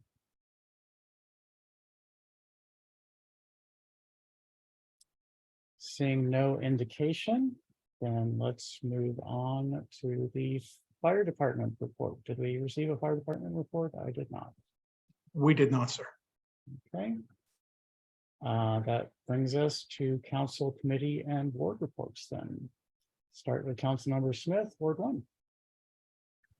Thank you, Mr. Mayor. And just generally, I at the top want to say thanks to staff for the presentations we saw today. And just, I know I didn't work as much over the holidays, but after hearing the mayor's report, it sounds like the town staff works more than usual, or maybe just the same incredible amount as usual. But either way, thank you to our town staff for helping our residents in need and everything that you guys do every day. Happy New Year. Hope everybody had a happy holidays. I did. It was great. Ready to get the new year started on the right foot. With regards to the lofts at Riverdale Park, I want to say I'm fairly disappointed that we have not received any additional communication since the MUTC meeting last year. I have not heard from them. I assume the mayor has not, because you typically loop me in on that. I would love it if anyone has seen anyone from the development team out and about in our community, whether it's walking through the park, the farmer's market, or one of our great parks. If you've spoken to them, if they've done any outreach at all. I haven't seen any. And I know that's something that we all conveyed would be essential. So I really hope we can see more of that, because their project, proposal as it is, needs a significant amount of work, but I do believe that we need the housing inventory in our town. So I'm hoping they can do a better job of that. With regards to Riverdale Park Station and the roads transfer, 82 days, that's simply unsat, as we have said in the Army. I want, again, to thank the staff, the town staff. I know it is not on you. That if it were up to you, that we would have already be done with this. But due to the things outside of our control, another 5 months on this, that's just not, I don't know what else to say. That's horrible. I hope we can get the county to move a bit faster on that.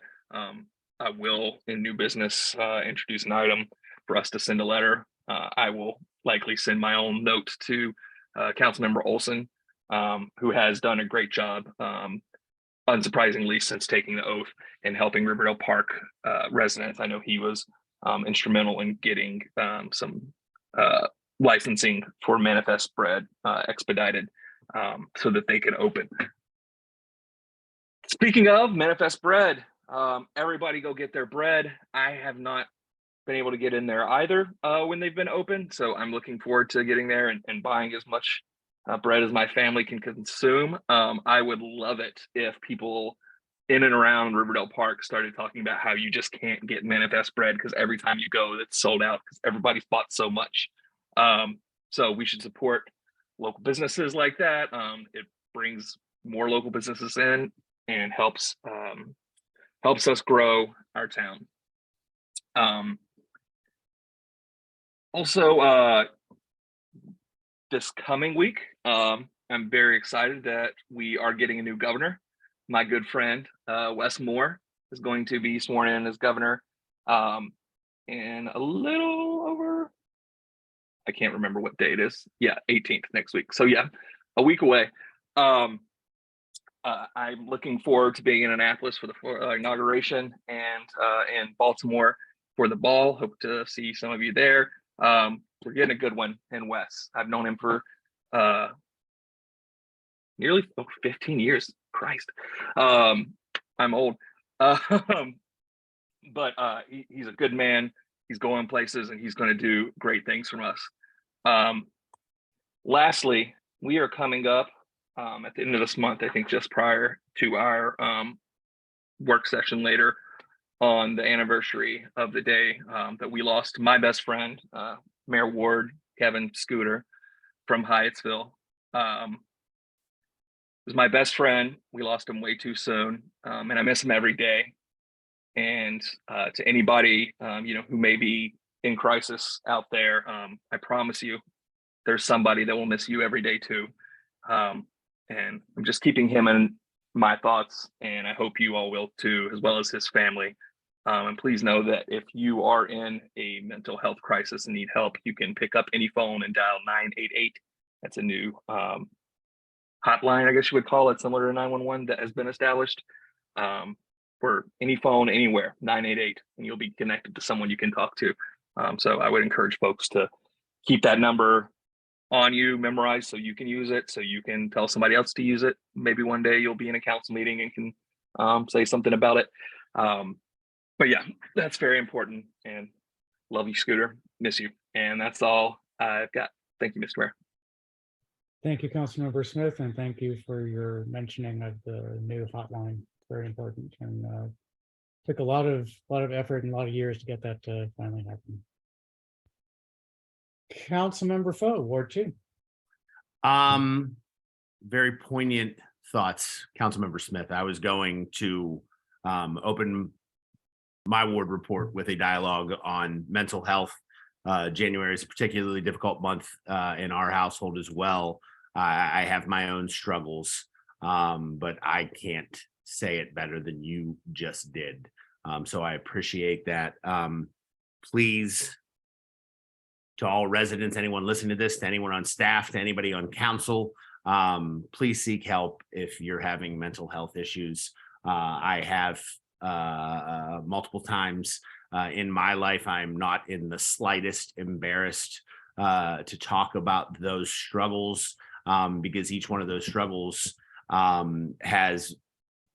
I've had the capability of speaking to people that I care about, that I love, medical professionals, and I've always gotten help, and I've always come out the other side stronger. And part of that is sharing my own struggle with others. And I just want to commend Councilmember Smith for bringing that up. My thoughts are with you and your family. And if anybody in this dialogue is currently struggling, my thoughts are with you as well. Okay, Manifest Bread really did us. I know this is Ward 1, Councilmember Smith, but the fact that they moved the ribbon cutting to my wife's birthday was a tremendous tremendous PR move for them in our household. We're excited about them opening. Hopefully we'll be in line early tomorrow to get some bread. Lastly this evening, I wanted to talk about something that the mayor mentioned earlier: pedestrian fatality in Ward 6. We talk a lot about those roads that we have control over, but the roads that impact traffic in this community the most are operated by a state highway, and that's Baltimore Avenue, East-West Highway, and Kenilworth. And this is something that we have been talking about for years, literally years. And I believe that we need to continue to advocate behind the safety of pedestrians in our community as that pertains to roads that we don't control. I have mentioned the amount of accidents that we have seen on East-West Highway outside of my home. I have a resident that lives 3 houses down from me that's replaced her fence, I think 7 times, from cars driving into her backyard. And every single time that I speak to Kim about that, it's not of concern over her property. It's that the individuals that walk past that every single day with no guardrail, with no sidewalk, these issues need to be at the forefront of when we talk about traffic safety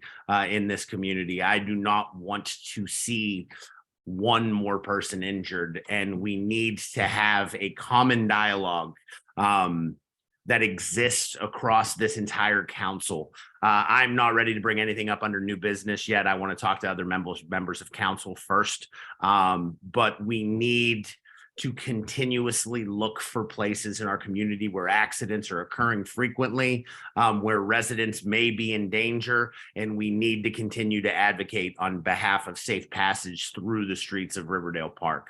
My heart dropped when I heard the news about another pedestrian fatality in Riverdale Park. And we really need to do everything that we possibly can to ensure that that doesn't happen again.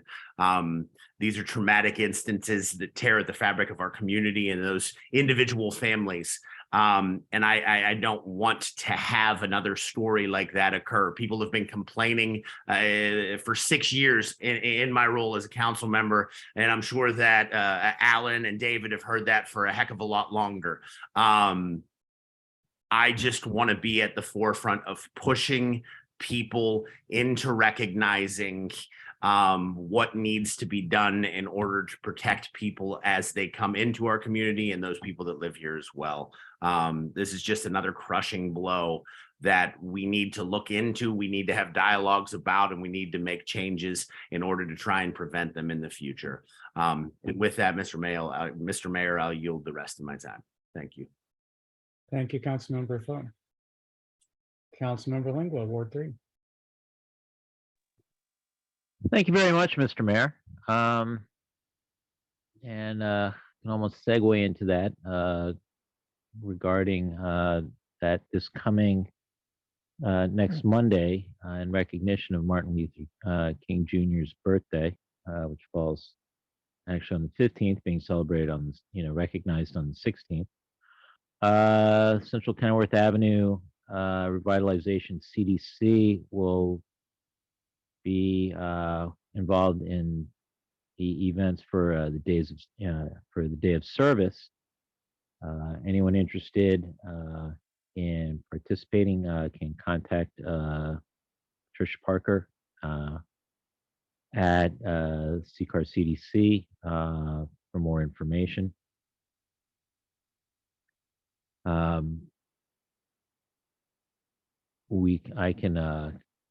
will throw in the chat her email address a little bit later for anyone interested in contacting her.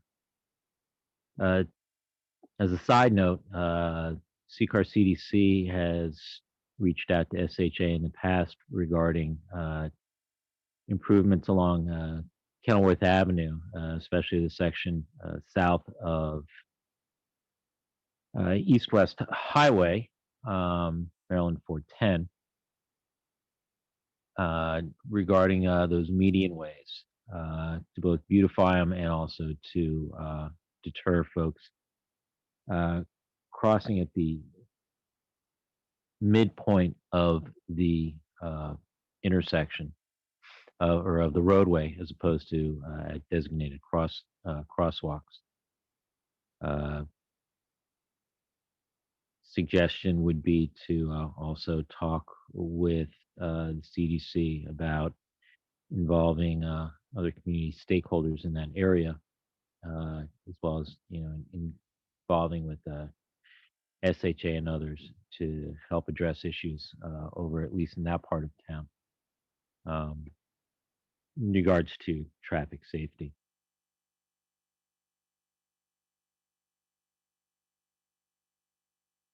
In response to, or in an additional comment to the mayor's points tonight about different variants that we are now starting to see come to the fore in terms of COVID. It was about this time 2 years ago that I heard the encouraging words of, which was at the time when during the initial wave of the pandemic in January 2021, being to stay positive and to test negative. And as far as we've come during this pandemic, and with dealing with COVID, which even after 2 years is still a novel virus, as folks at CDC are seeing, as well as at Johns Hopkins and other places, that there's still a necessity among us all to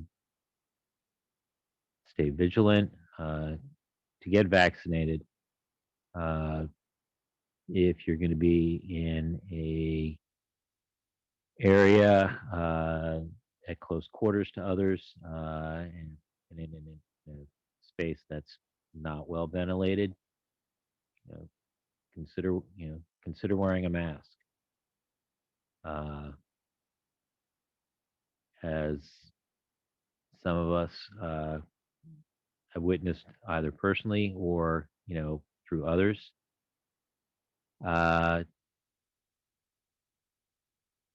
Contracting COVID and then the recovery from it can be a long process and one that's can have effects later on, even after having quote unquote recovered from initial symptoms.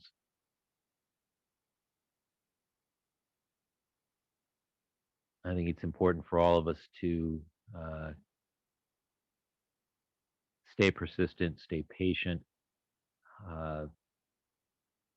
This is something that's going to be with us for some time, and it's just a matter of us all being able to play it safe. And in regarding being that it's been brought up, a number of birthdays, I do want to recognize one birthday of note in this area, and that's falling at this time, and that is the birthday of one former council member, longtime resident, and former proprietor of Four Steps Daycare, Ms. Novella Sargason. Person who has been a resident of this town and a contributing member since about the mid-1980s. And I hope we can all, if not personally, keep keep that fact in mind, and if one does want to be able to reach out, I'm sure that she can be found fairly easily, be that on Facebook or Instagram, to wish her a happy birthday. And with that, I will conclude my report. Thank you, Councilmember Lingua. I will try to track down Novella. Wish her a happy birthday. Thank you for the reminder. Sure. And per your previous question about the virus being with us for a while, I don't know if anybody noticed, but I have a new beard cut, and I did that so that I would have a better match to my mask. I decided that this was for the long term, and so shaving a little bit tighter so that the mask fits my face a little bit tighter. Mr. Mayor, I must say that is one of the more handsome Van Dykes I've seen in quite some time. So, well, I appreciate your remarks, but it's pretty much utilitarian at this point. Okay, moving on. Council Member Mayers, Ward 6.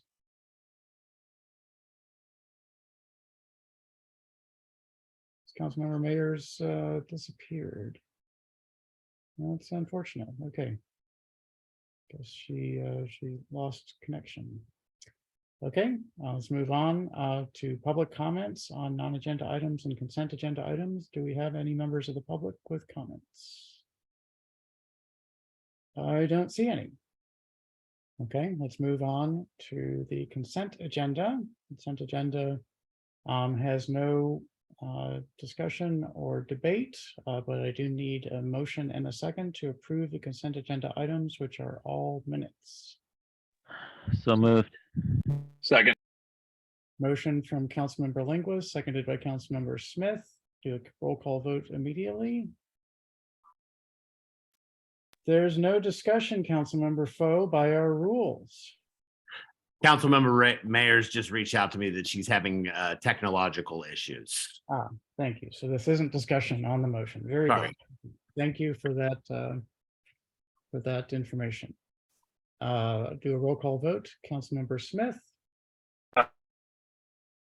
I'll assume that was an aye. It was just a few Councilmember Foe. Aye. Councilmember Lingua. Aye. And I don't see that Councilmember Mayers has made it back, so I will abstain. The motion passes 3-0. Move on to legislative action items. Mr. Mayor, she's insinuating, I think, that it's bigger problems than that. She said my laptop just blacked out. Okay, so So- maybe we will not see her. She said working on it, so we'll see. Okay, very good. I'm now a little bit lost on there. Okay.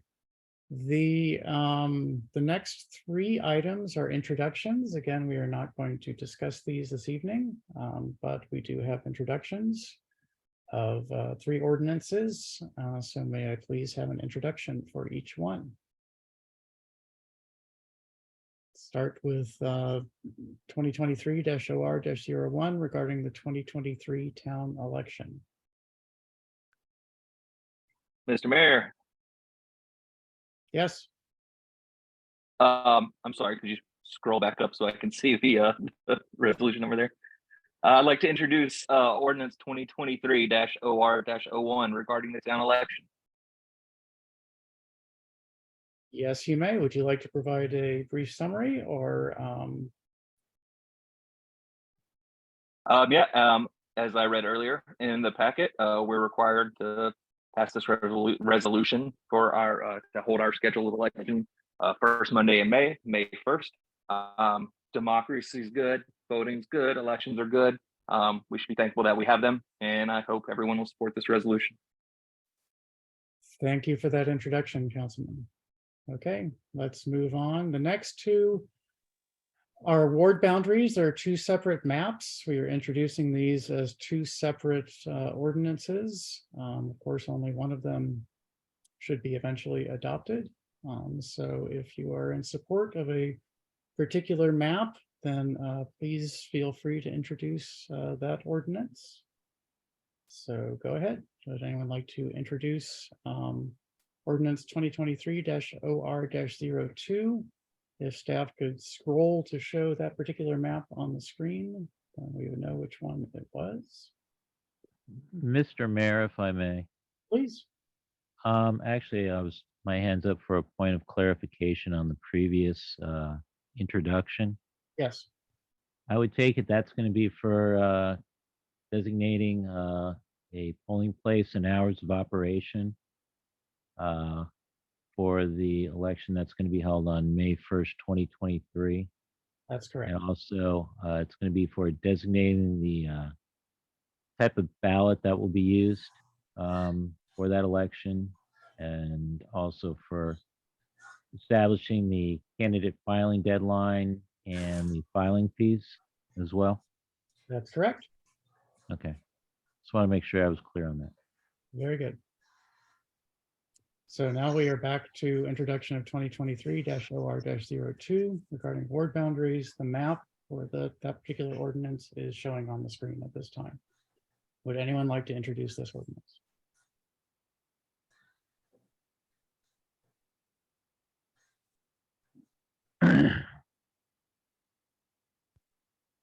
Um,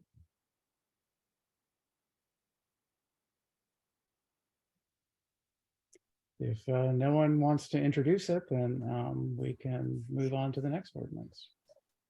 Mr. Mayor, Mhm. if I may. Please.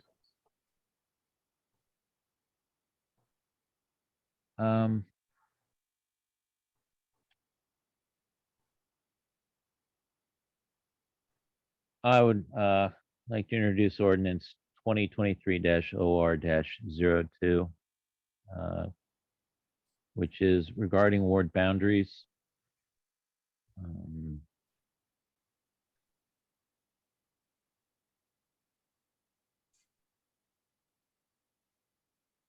The one thing I noticed is in our packets, I'm seeing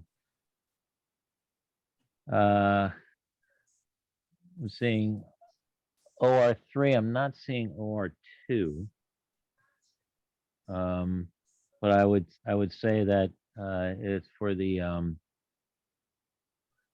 purposes are similar. So essentially, this is for the purpose of altering the boundaries of the 6 wards in the town,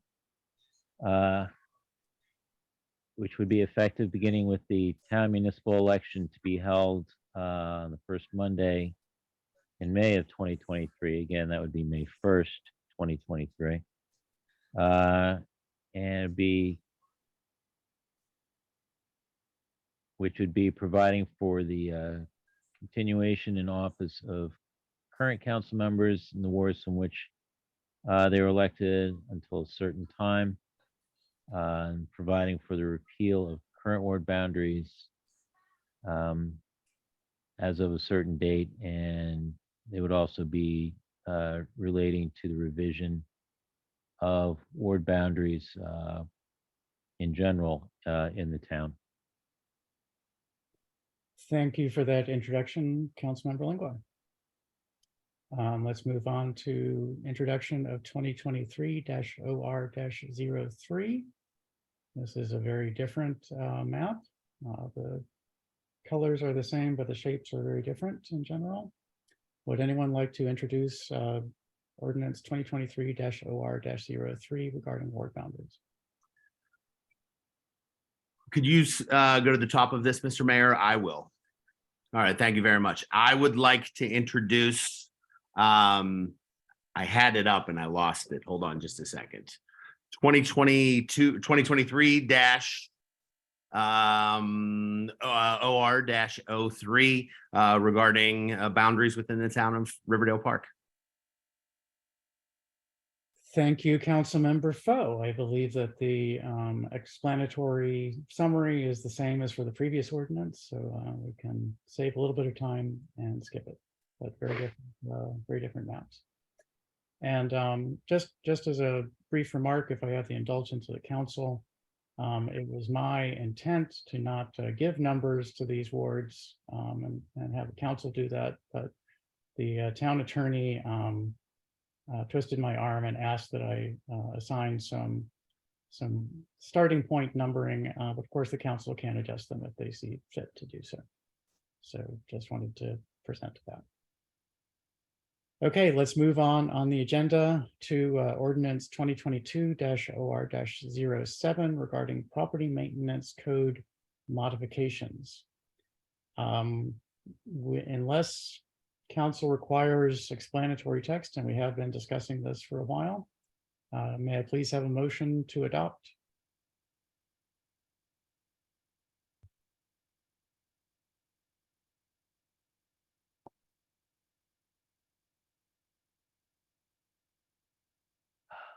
Okay.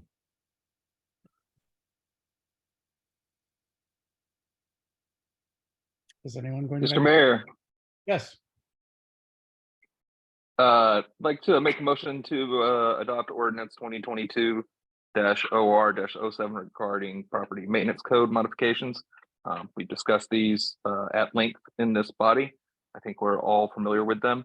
And I think this will be great for ensuring the upkeep of properties in our town and ensuring the safety of those living around them and also our first responders who may need to enter them. Seconded. So a motion by Councilmember Smith, seconded by Councilmember Foe. And Councilmember Smith, do you have any additional introductory remarks, or are you good with it? I'm good. Okay, are there additional council comments or discussion of the motion to adopt this ordinance? Mr. Mayor, if I may. Please. Director Shelton, has anything changed from introduction that should be highlighted to the council before a vote? The only changes were mentioned during the last meeting. There was the suggestion that the ordinance take effect on July 1st from the council, and so this ordinance has been amended to do that. Okay, but there's been no other changes since introduction. No, not to this ordinance. No. Okay. Thank you, Mr. Mayor. Of course. Any additional comments or questions? Okay, Mr. Mayor, if I may, yes, so essentially, on section 4 of this, the 120 days, this is with the assumption that, at the next council meeting, which would be on February 6th, that 120 days from that would be close enough to the 1st of July that could be considered the 1st of July? I mean, or is that exactly 120 days? I didn't pull out a calendar to count, which is why I'm asking. I believe that July 1st may be a little bit more than 120 days past the effective date of the ordinance. Okay. Because I It know is- from what, go ahead, please.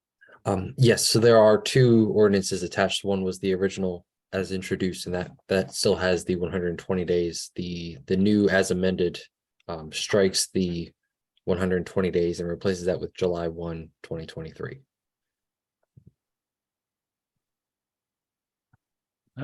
Okay, there we go. There we go. Which then explains the question I had about the 3 asterisks. And I was only seeing 2 used throughout. Okay. There we go. Okay, Does that answer all your questions about the ordinance? got it. Got it. I was looking at the first one. I went through it a little bit too quickly. Seeing that as being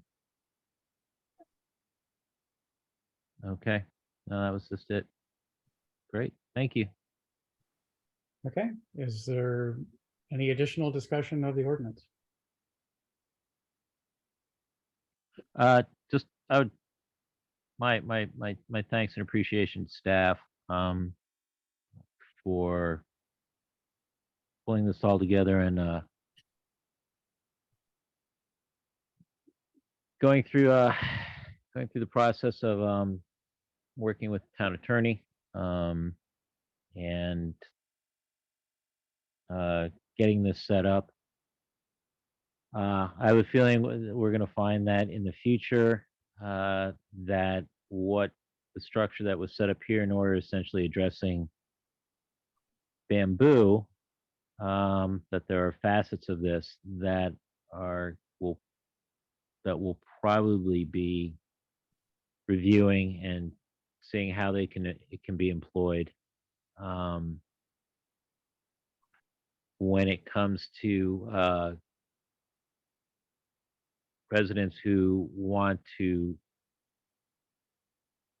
convert their properties from a space that is predominantly covered by grass to something that's much more, for lack of a better term, more mixed use in terms of plots, in terms of other plantings, based on a number of initiatives that the town has introduced over the past years in terms of promoting biodiversity. So I see a lot in this that allows future councils to look back on in terms of finding ways on how to approach property management should folks want to diversify their yards. Thank you for those comments, Councilmember.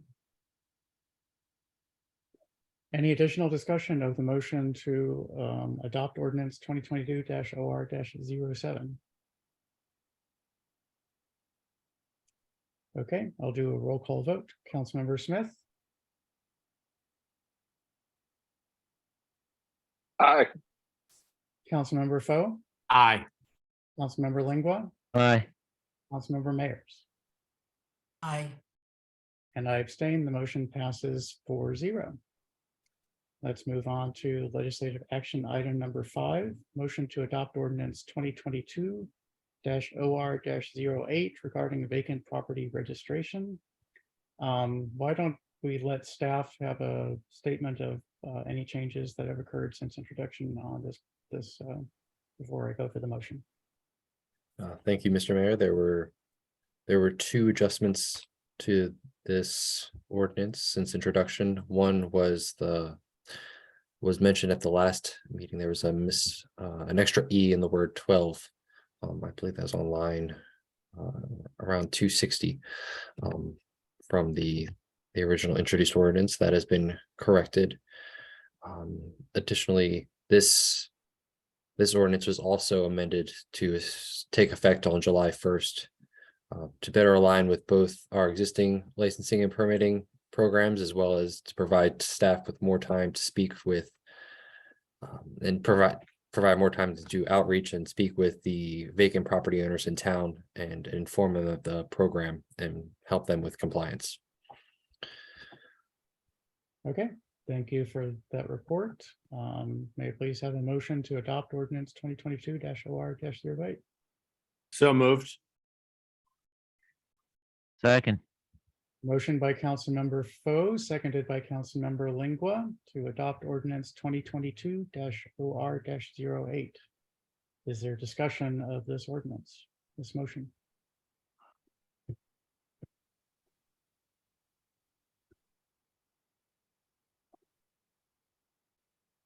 Okay, should I just do a roll call vote?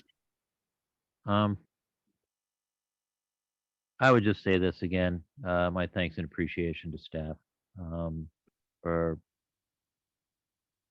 getting this all put together. On top of dealing with the bamboo ordinance and the others regarding property maintenance. This was no small feat either. And I just wanted to make sure that they were aware that that was recognized. So again, thank you very much. Thank you, Councilmember. Any additional discussion? Any members of the public? There are still no members of the public, so I will just move to a roll call vote. Councilmember Smith? Aye. I'll take that as an aye. Councilmember Foe? Aye. Councilmember Lingua? Aye. Councilmember Mayers? Aye. And I abstain. The motion passes 4-0. Move on to legislative action item 6. Motion to adopt ordinance 2022-OR-09 regarding micro-mobility standards. Again, I'll ask the staff to educate us on whether there are any changes from the as introduced. There was only one change, and that was again to amend the ordinance to be effective on July 1st. Also for very similar reasons to the vacant property registration ordinance to speak with those affected and to help bring them into compliance, as well as to align it with our other existing permitting and licensing programs. Thank you very much, Director Shelton. Okay, may I please have a motion to adopt ordinance 2022-OR-09 regarding micro-mobility standards? Mr. Mayor, I'd like to make a motion to adopt ordinance 2022-OR-09. Is there a second? Second. Motion by Councilmember Lingua, seconded by Councilmember Mayers to adopt ordinance 2022-OR-09. Is there discussion of this motion? Mr. Mayor, if I may, Please. I'm glad to see that we're able to adopt something, a piece of legislation like this, so as to to allow micromobility to be and business to be conducted in a way that is defined, allows their to have outlined, responsibilities, liabilities, and where and the authority of each of the stakeholders involved in bringing this to town, in a really what is a novel way of not only just not just addressing getting to and from places, but also the conducting of a business transaction in a public right of way. From what what I'm reading of this, and thinking about how certain things can play out, I think all the bases have been covered that we're seeing right now. I would imagine there will probably be some things that may come up that may require amendment later, but I think for now, I think this is a substantially very good start in order to be able to have an organized operation of business for any provider that wants to provide to offer micro mobility services within the town. Thank you. Thank you to the staff for doing this. Thank you for your comments, Councilmember. Are there additional council comments or questions on this ordinance?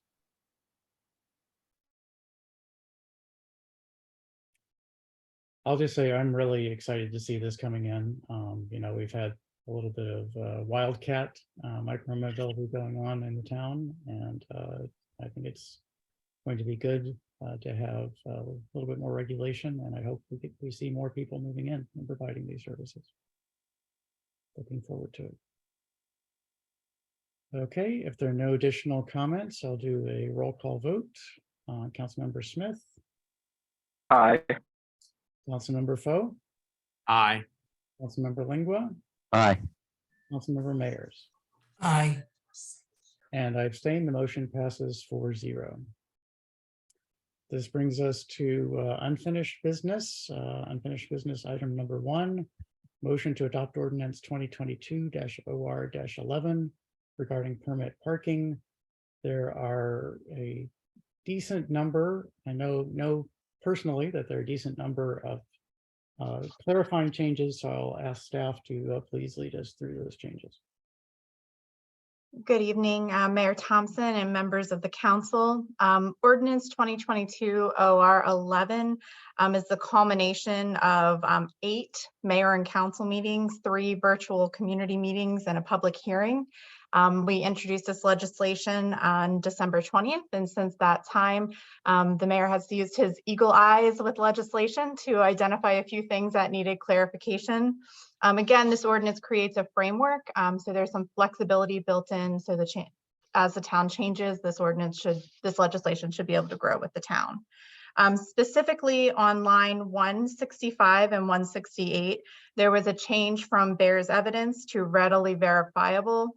And the reason that change was made was to reflect potential changes in technology. In the future, there may not be an actual permit itself, depending on how things change over time. In section lines 188 and 195, there was text removed just to simply clarify that each permit is $12.50. The zone type designates exactly how many permits available, but the cost per permit is only $12.50 for the 2-year period. If you start a little bit later in the year into the second year, it's $6.50. So that was clarified, or $6.25. That was clarified by removing some language in that section. Line 197 to 201, the word "the" needed to be removed. It just didn't sound as great with the word "the." And then in line 213 and 216, it's simply to clarify that a visitor or temporary permit may be issued to a medical or personal care professional providing services to our residents. And they may not or will not be subject to the restrictions and limitations included in 6810. So 6810 limited the 6810A limited the number of visitor permits per year. But if someone is receiving either medical or personal care services, that would not apply. And then one of the more substantial changes was simply to, in lines 228 and 232, to allow for due process, but to utilize the Board of Code appeals, which we already have in place to hear an appeal to this administrative decision, which would be the revocation of a parking permit. And again, in line 241 to 245, there was a change in text from displayed on to affixed to. And that is, again, just to clarify that that may not be the case in the future. Okay, thank you, Director Barnes. I am hoping that someone after that presentation is ready to make a motion to adopt ordinance 2022-OR-11. Mr. Mayor, if I may, Please. I'd like to make a motion to adopt ordinance 2022-OR-11. Thank you. Is there a second? Seconded. Motion by Councilmember Lingua, seconded by Councilmember Foe to adopt ordinance 2022-OR-11. Are there any comments on this motion? Any discussion? Other than this has been an issue that has been out there for quite a while, quite a number of years, and there have been different approaches. And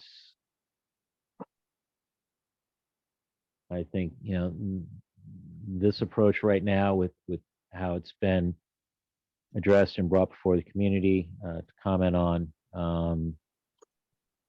is a good result. And again, our appreciation and thanks to staff for working through this all. Thank you, Councilmember. Are there additional council comments or discussion on this motion? Mr. Mayor.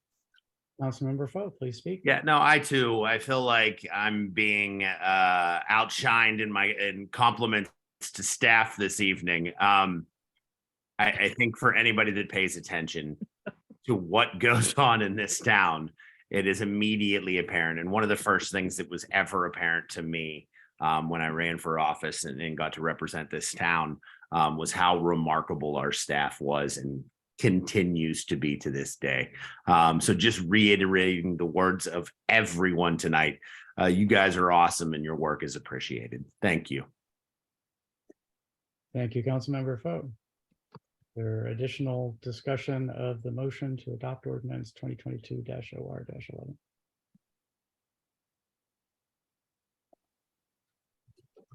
I will just say briefly that this is a difficult ordinance. This is a difficult problem in that we're trying to divide a scarce resource and fairly divide a scarce resource. And I think that the process of receiving community input and community feedback and incorporating that into the structure of the legislation is fantastic process.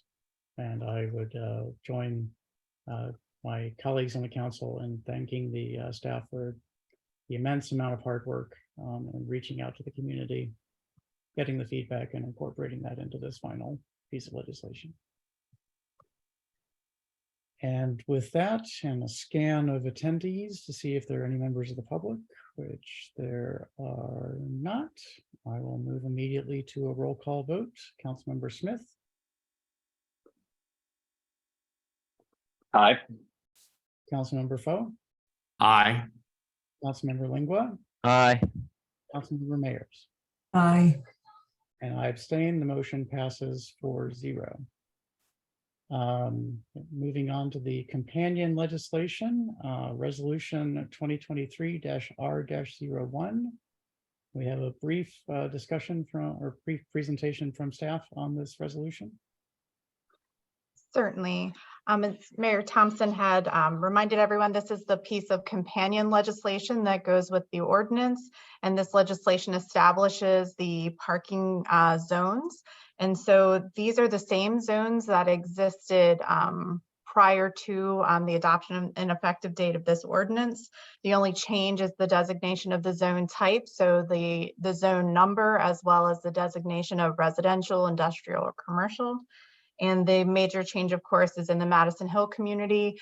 Currently, they have 4 permits, and that'll be taken to 2 because of the public input that we received specifically on that topic. Otherwise, this goes into effect as long as the ordinance is passed, which it has been. Okay, thank you. May I, with that introduction, may I please have a motion to adopt resolution 2023-R-01? So moved. Second. Motion by Councilmember Foe, seconded by Councilmember Lingua to adopt resolution 2023-R-01. Is there discussion of this motion?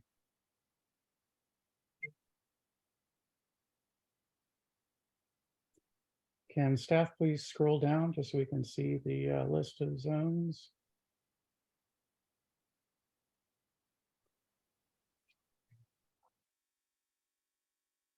So just to be clear, the 3 zones that are in the Silk Tree neighborhood, will people be able to cross zone boundaries with a permit, or will the permits apply only within each zone?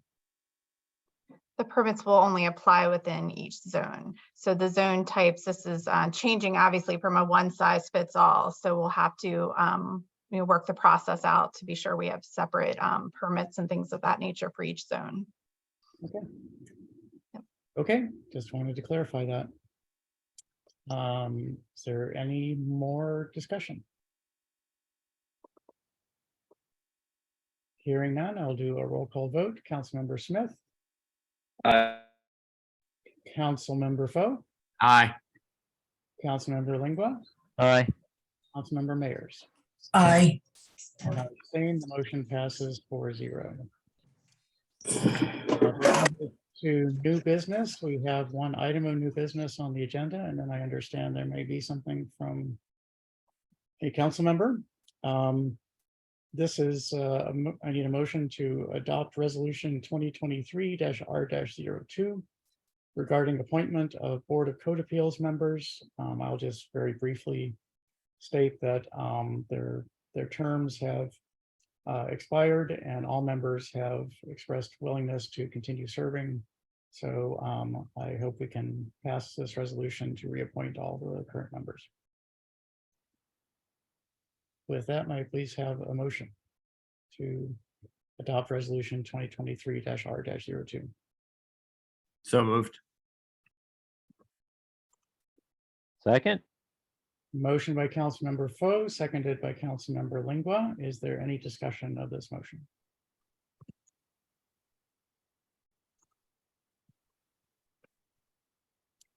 Okay, Councilmember Lingua, go ahead. Well, to the members here who, who've expressed willingness to continue serving, the effort is much appreciated. Thank you. Agreed. I'm always appreciative of the time and energy that our resident volunteers put in on the various committees and boards that we have. So thank you for mentioning that, Councilmember Lingua. Welcome. If there is no additional discussion and nobody has their microphone live, then I will do a roll call vote. Councilmember Smith. Aye. Councilmember Foe. Aye. Councilmember Lingua. Aye. Councilmember Mayers. Aye. And I abstain. The motion passes 4-0. Are there any other items of new business? Mr. Mayor. Councilmember Smith. Yeah, I'm not sure what language I'm supposed to use here. This is my first item of new business, I believe. Proper, But, decent I'd in like- English. Well, you might be out of luck.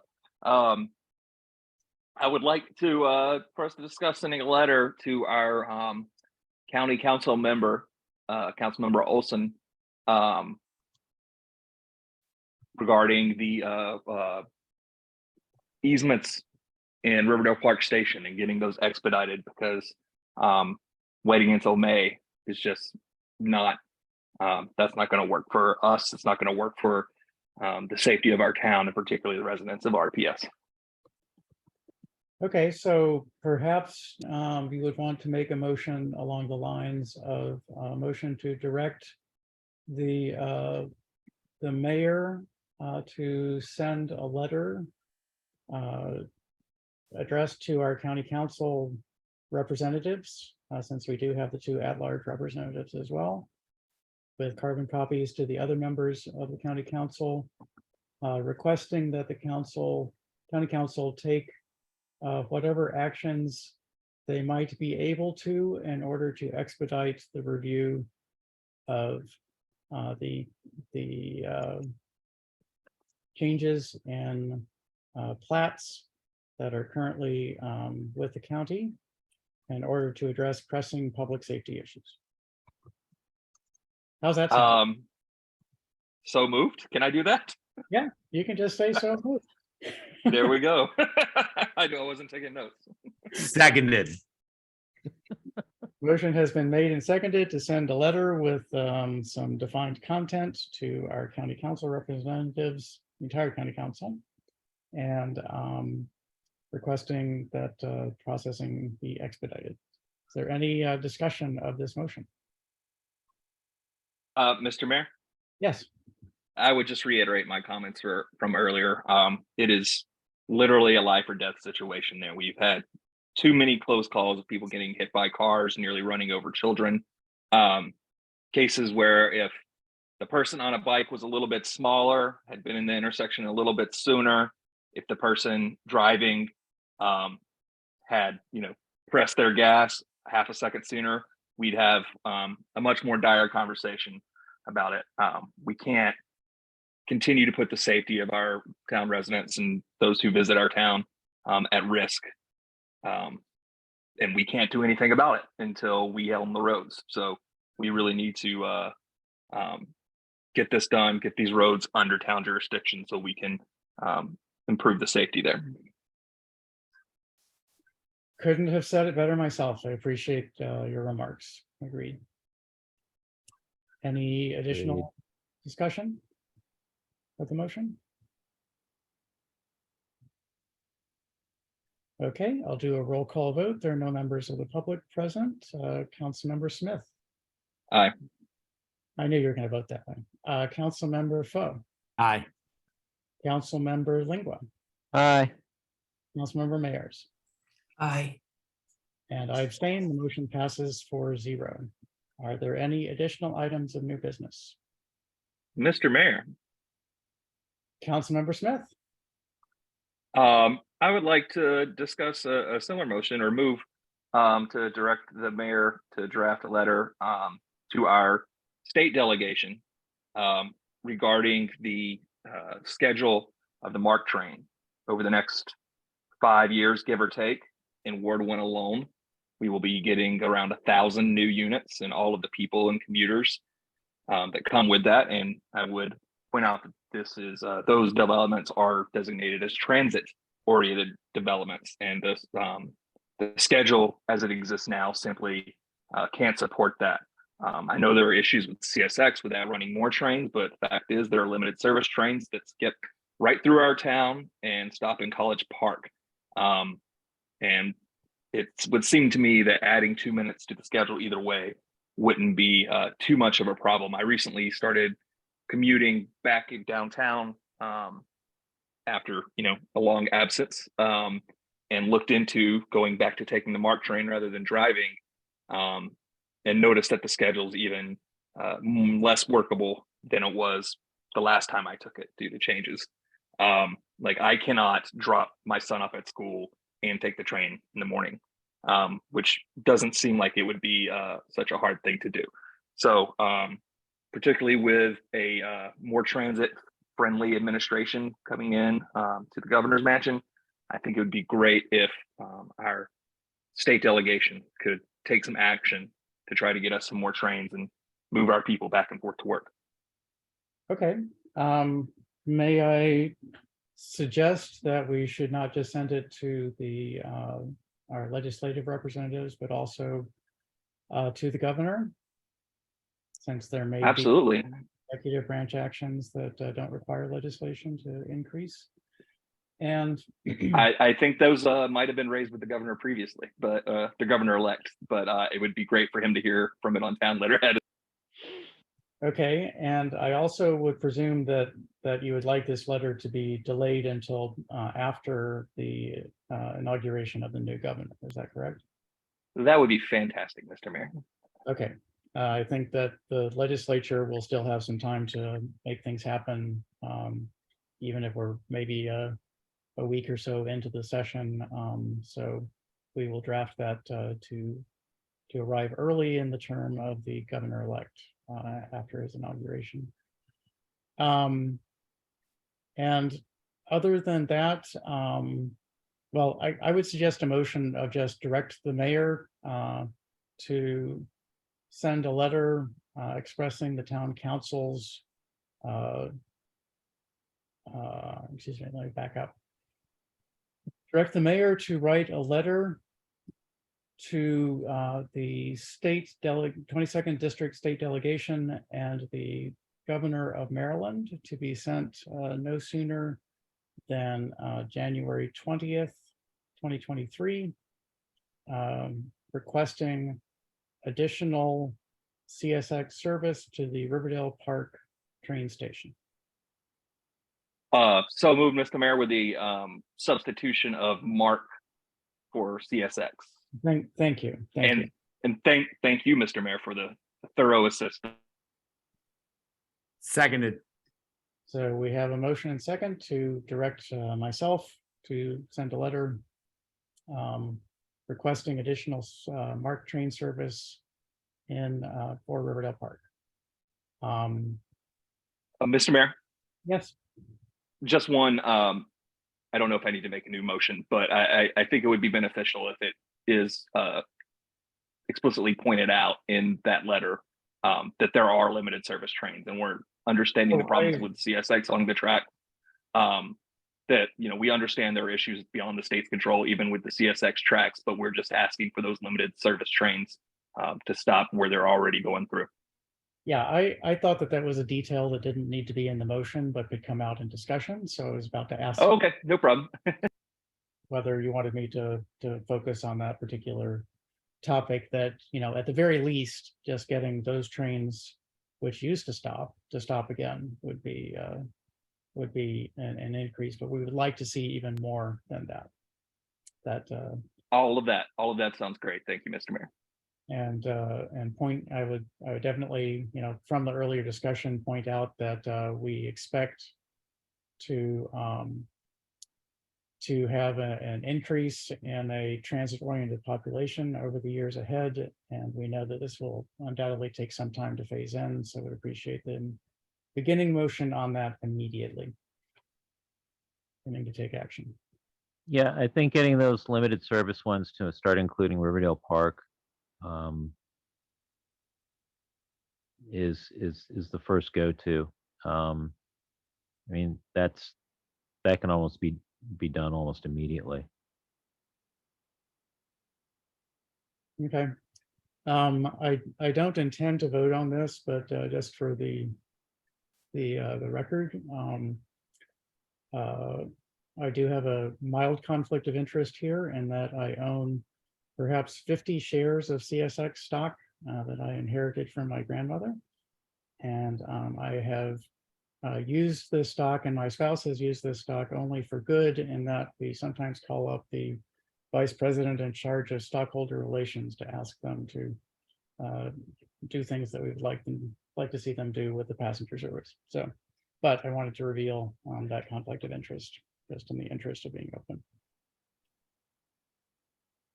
Any additional discussion on this motion? Well, sir, in terms of your stated conflict of interest, it wasn't an actively sought acquisition. It was one that came to you in a passive manner, so. But at least in principle, then this could financially impact me. They could have a slightly smaller dividend because of the, loss in revenue. So I can hear the keyboards at the Washington Post right now, Mr. Mayor. I'm just revealing my conflict of interest so that everyone knows. Just be careful if you ever get interviewed by Tom Sherwood. He's Yeah. gonna jump all over this. I'm careful when I'm interviewed by anyone, so just, put that out there. Okay, any additional discussion? Hearing none, may please, I'll do a roll call vote on the motion to have the mayor write a letter requesting additional MARC train service at Riverdale Park train station. Councilmember Smith. I heard an I in there. Councilmember Foe. Aye. Aye, Councilmember Lingua aye. and Councilmember Mayers. Aye. I abstain. The motion passes 4-0. Are there any additional items of new business? We're on a new business roll this evening. Okay, there's only one item left on the agenda, and that is adjournment. May I please have a motion to adjourn? Mr. Mayor, I'd like to motion to adjourn this evening. Is there a second? Second. Motion by Councilmember Foe. What sounded like a second from Councilmember Smith. This is neither discussed nor debated. I will do a roll call vote. Councilmember Smith. Aye. Councilmember Foe. Aye. Councilmember Lingua. Aye. Councilmember Mayers. Aye. And I abstain. The motion passes 4-0. We are adjourned at 10:18 p.m. Thank you so much for a wonderful meeting. Hope to see you next Tuesday at the work session. Be well, everyone. Thank you, everyone. Good night. Aye.